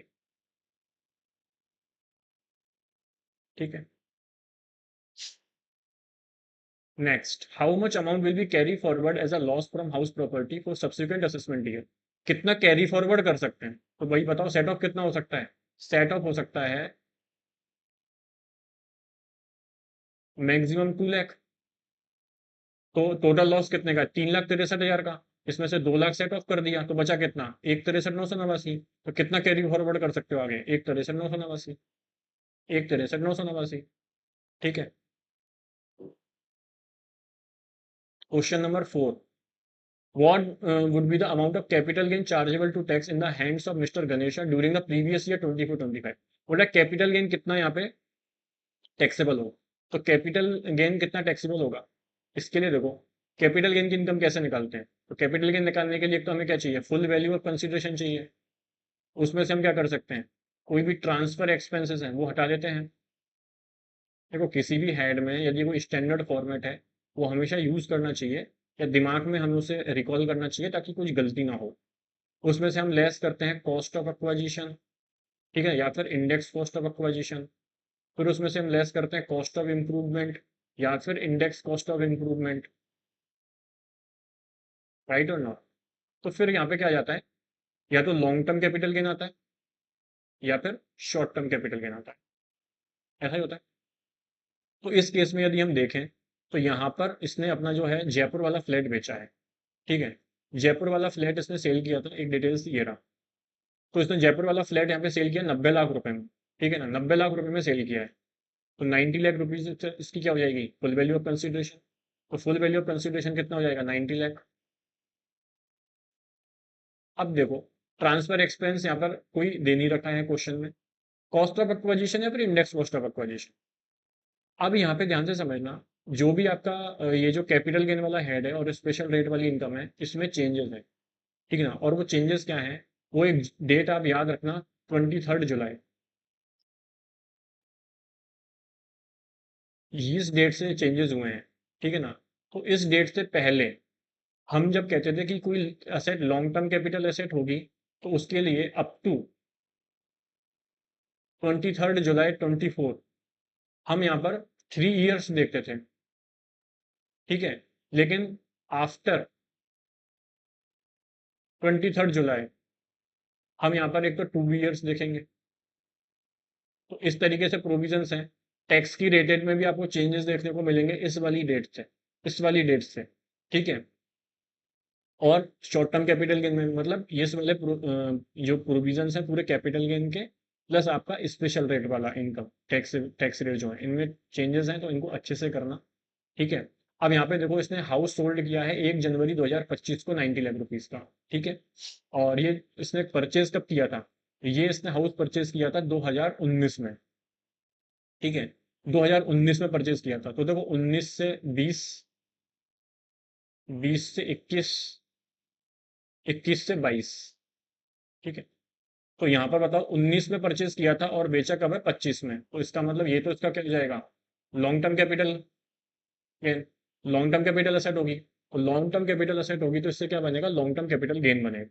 लेकिन बात आती है, अगेन देखो ये जो डेट है 23 जुलाई की, एक तो ये 2 साल की बात करता है, प्लस अब यदि आप इसके बाद बेचते हो ना तो आपको इंडेक्सेशन का बेनिफिट भी नहीं मिलता, इंडेक्सेशन का बेनिफिट भी नहीं मिलता। लॉन्ग टर्म कैपिटल गेन पे प्रॉपर्टी है, इंडेक्सेशन का बेनिफिट भी नहीं मिलता, इंडेक्सेशन का बेनिफिट नहीं मिलता। तो जब इंडेक्सेशन का बेनिफिट नहीं मिलेगा तो इस केस में कैसे निकालोगे चीजें, तो हमारी कैलकुलेशंस क्या हो जाएगी, कुछ इस तरह हो जाएगी। कॉस्ट ऑफ एक्वाजिशन लेस कर दो, तो कॉस्ट कितने की है, 62 लाख रुपए में खरीदा था, 10 लाख रुपए का इंप्रूवमेंट था, तो 62 लाख रुपए का तो कॉस्ट थी,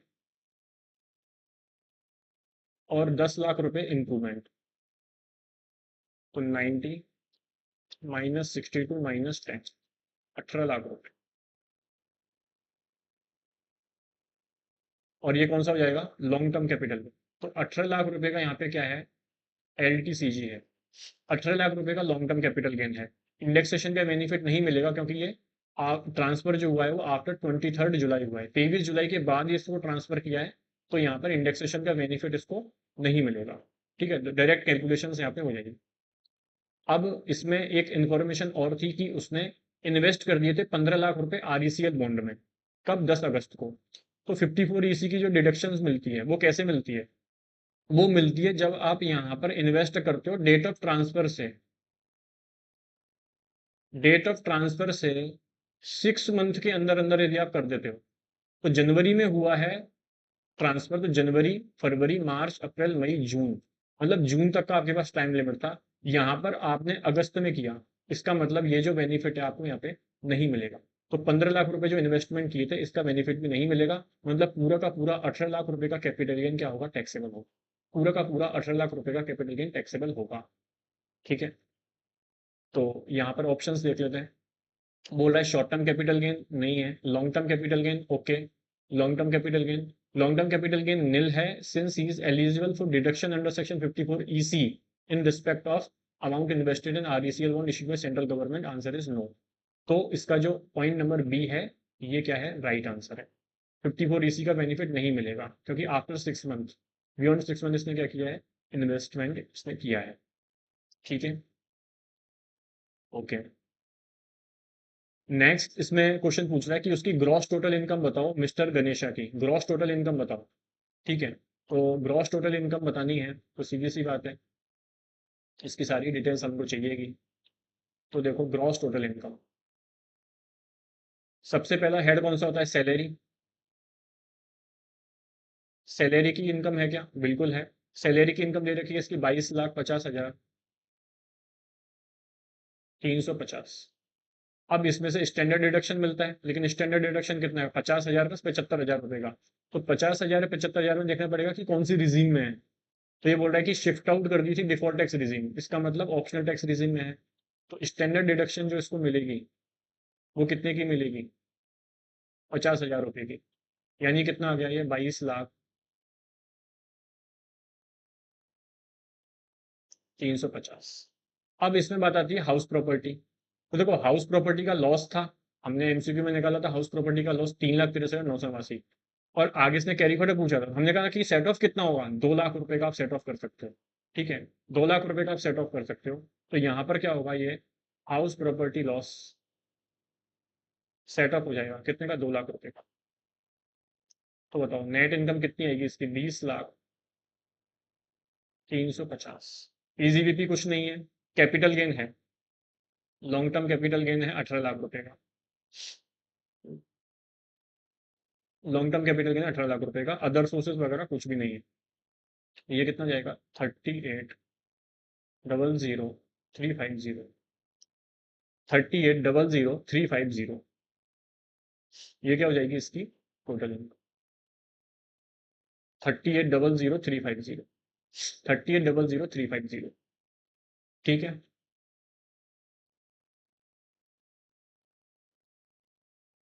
और कुछ थोड़ी ना है इसमें ऐसा डिस्कस करने का। ओके।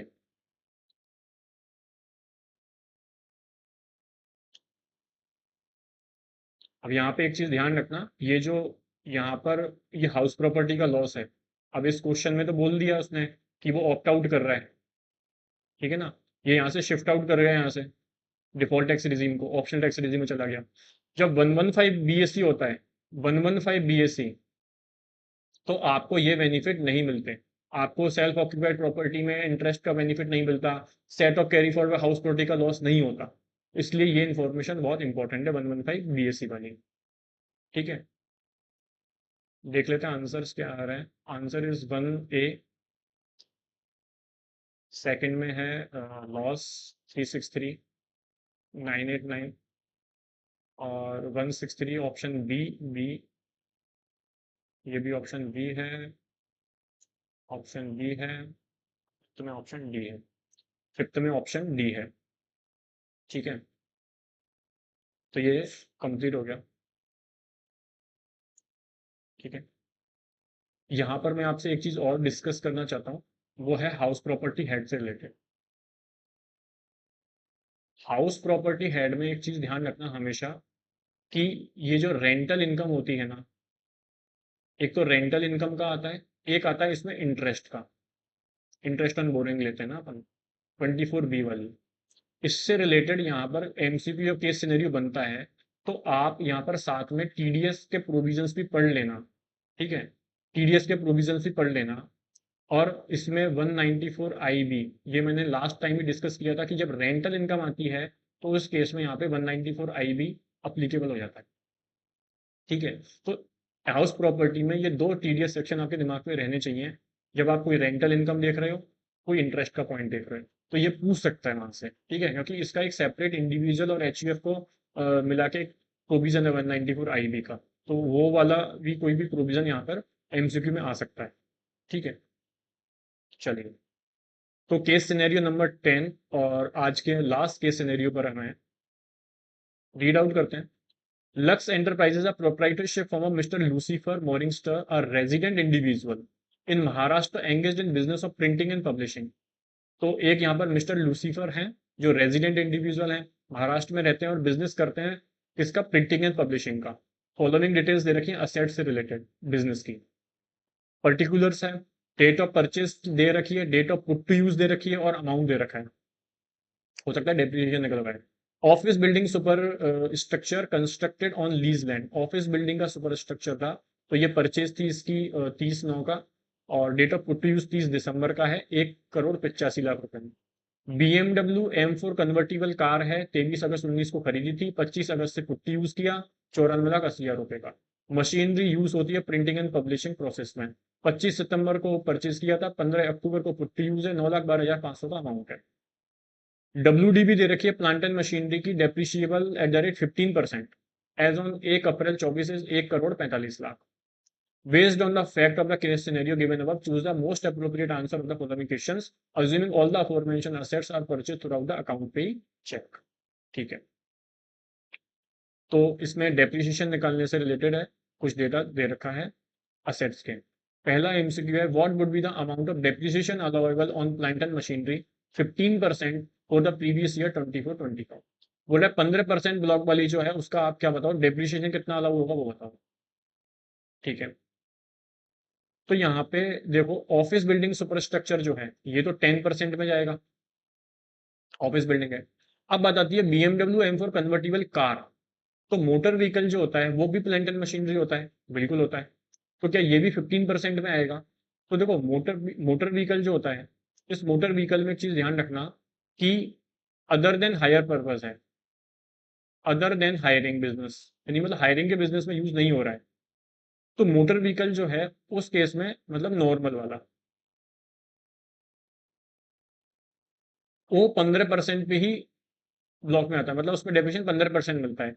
लेकिन यदि ये नॉर्मल वाला मोटर व्हीकल, आपने एक डेट है, टाइम पीरियड है 23 अगस्त 2019 से 31 मार्च 2020, इस पीरियड में यदि परचेज किया है, तो आपको 30% का क्या मिलता है यहाँ पे, डेप्रिसिएशन।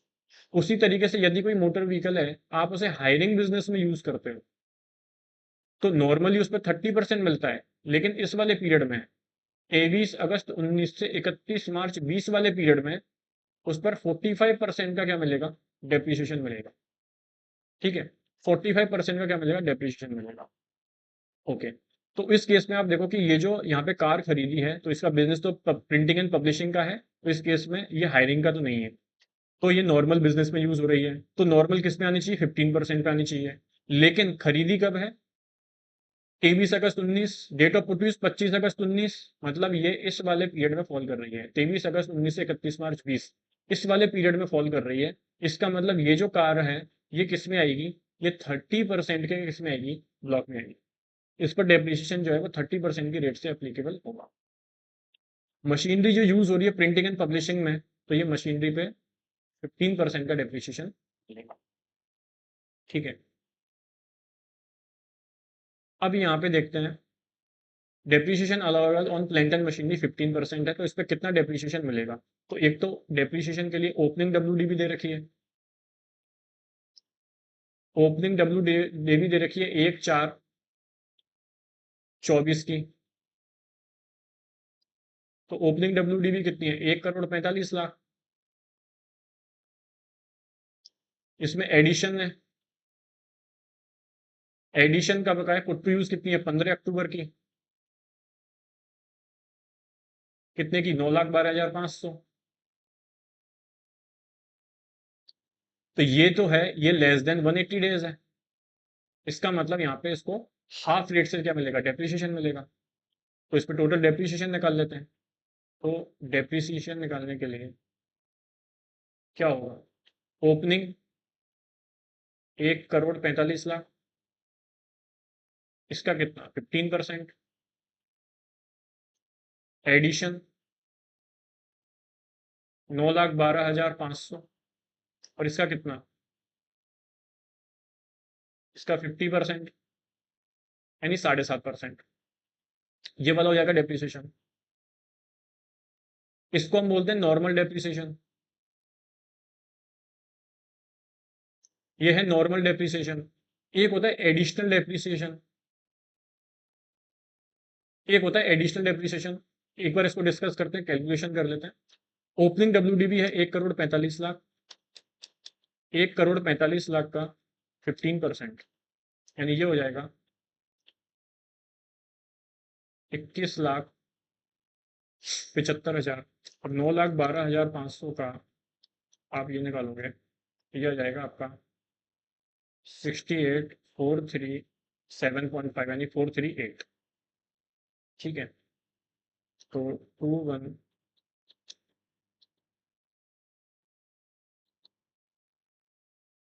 ये हो जाएगा आपका 22,43,438।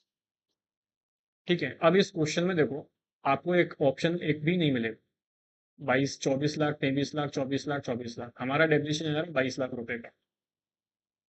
अब इसमें आप चीज देखोगे, क्वेश्चन में इंफॉर्मेशन नहीं दे रखी है कि आप रिजीम कौन सी सेलेक्ट कर रहे हो, कि आप डिफॉल्ट में हो या फिर आप रेगुलर में हो, यानी ऑप्शनल में हो, यानी आप 115 बीएससी ले रहे हो या फिर आप ऑप्शनल। क्यों, जब आप डिफॉल्ट टैक्स रिजीम में जाते हो ना, आपको एडिशनल डेप्रिसिएशन का बेनिफिट नहीं मिलता, ऑप्शनल वाली में मिलता है। क्वेश्चन में कुछ नहीं दे रखा, साइलेंट है क्वेश्चन। ठीक है, और हमें भी दिख रहा है कि एक भी हमें एमसीक्यू में एक भी आंसर जो हमें दे रखे हैं वो हमारे मैच नहीं कर रहे, मैच नहीं कर रहे। तो एक बार एडिशनल डेप्रिसिएशन लगा के देखते हैं, तब मैच करता है क्या। ठीक है, रिजीम के बारे में तो कुछ भी नहीं दे रखा है उसने कि रिजीम कौन सी है, देना चाहिए था क्वेश्चन में कि कौन सी रिजीम वो सेलेक्ट कर रहे हैं। ठीक है, तो हम अज्यूम कर लेते हैं कि वो ऑप्शनल रिजीम में, और फिर एडिशनल डेप्रिसिएशन निकालते हैं। एडिशनल डेप्रिसिएशन के लिए प्रिंटिंग एंड मशीनरी जो है वो प्रिंटिंग एंड पब्लिशिंग के बिजनेस में यूज हो रही है, तो एडिशनल डेप्रिसिएशन मिलता है। कितना मिलता है, वो मिलता है 20% की रेट से, लेकिन अगेन ये जो पुट टू यूज है वो लेस देन 180 डेज का है, तो हाफ रेट से मिलेगा। तो एडिशनल डेप्रिसिएशन जो मिलेगा वो कितना मिलेगा, 9,12,500 का,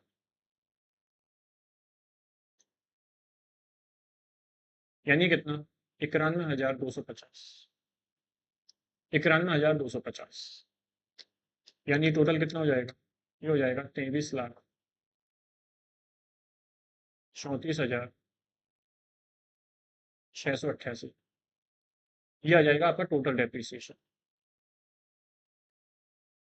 टोटल डेप्रिसिएशन। तो देखो 23,34,688, ऑप्शन नंबर बी यहाँ पे मिल रहा है। क्वेश्चन साइलेंट है, इसका मतलब यहाँ पे ये ऑप्शनल टैक्स रीजन में गया है और इसने यहाँ पे एडिशनल डेप्रिसिएशन क्लेम किया है। यदि ये शिफ्ट आउट करता तो एडिशनल डेप्रिसिएशन नहीं मिलता, तो ये बहुत अच्छे से ध्यान रखना, एडिशनल डेप्रिसिएशन डिफॉल्ट रिजीम में नहीं मिलेगा।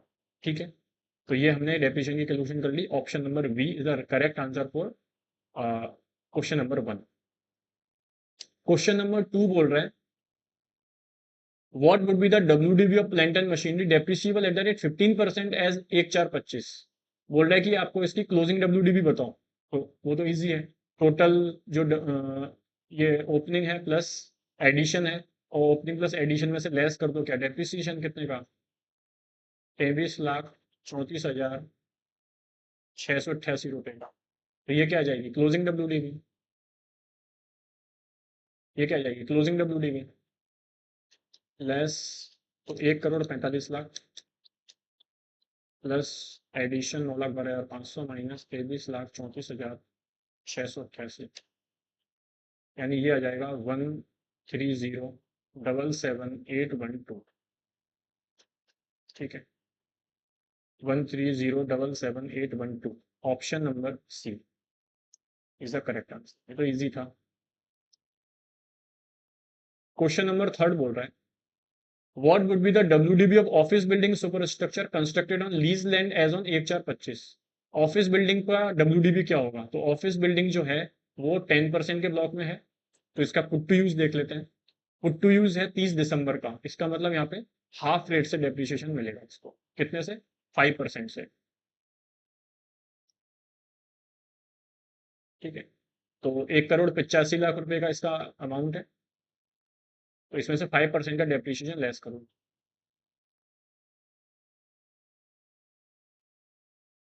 तो कितना जाएगा, 1,85,00,000 क्या जाएगा, 175,75,000। Option number option number C, option number C. तो इजी था, आंसर्स देख लेते हैं। What be the depreciation allowable is option number B, option B. इसने कुछ यहाँ पे रीजनिंग दी है क्या, तो डेप्रिसिएशन डेप्रिसिएशन 15% है, एडिशनल डेप्रिसिएशन नहीं, तो इसने भी कोई यहाँ पे रीजनिंग नहीं दी है कि वो कौन सी रीजनिंग को अज्यूम कर रहा है, ऐसा कुछ भी नहीं दिया हो। फिर है सी 130 और फिर सी है 175,75। ठीक है, तो ये जो है केस सिनेरियो है वो एक तरीके से इजी था, या फिर वही सी कैटेगरी का था। और यहाँ पर जो है पीजीबीपी का जो डेप्रिसिएशन है, पीजीबीपी हेड में डेप्रिसिएशन का ये केस सिनेरियो इजी है। ओके, तो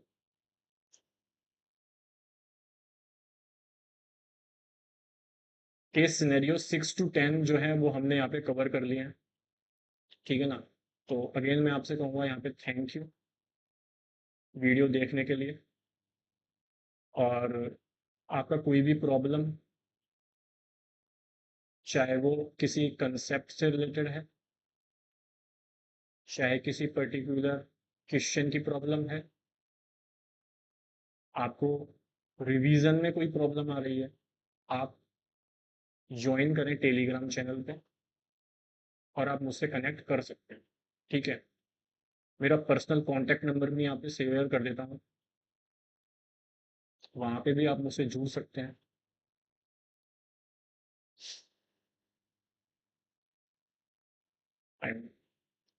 ठीक है, तो आज के लिए हम इतना ही रखेंगे, नेक्स्ट वीडियो में फिर मिलते हैं अगले केस सिनेरियो के साथ। ओके।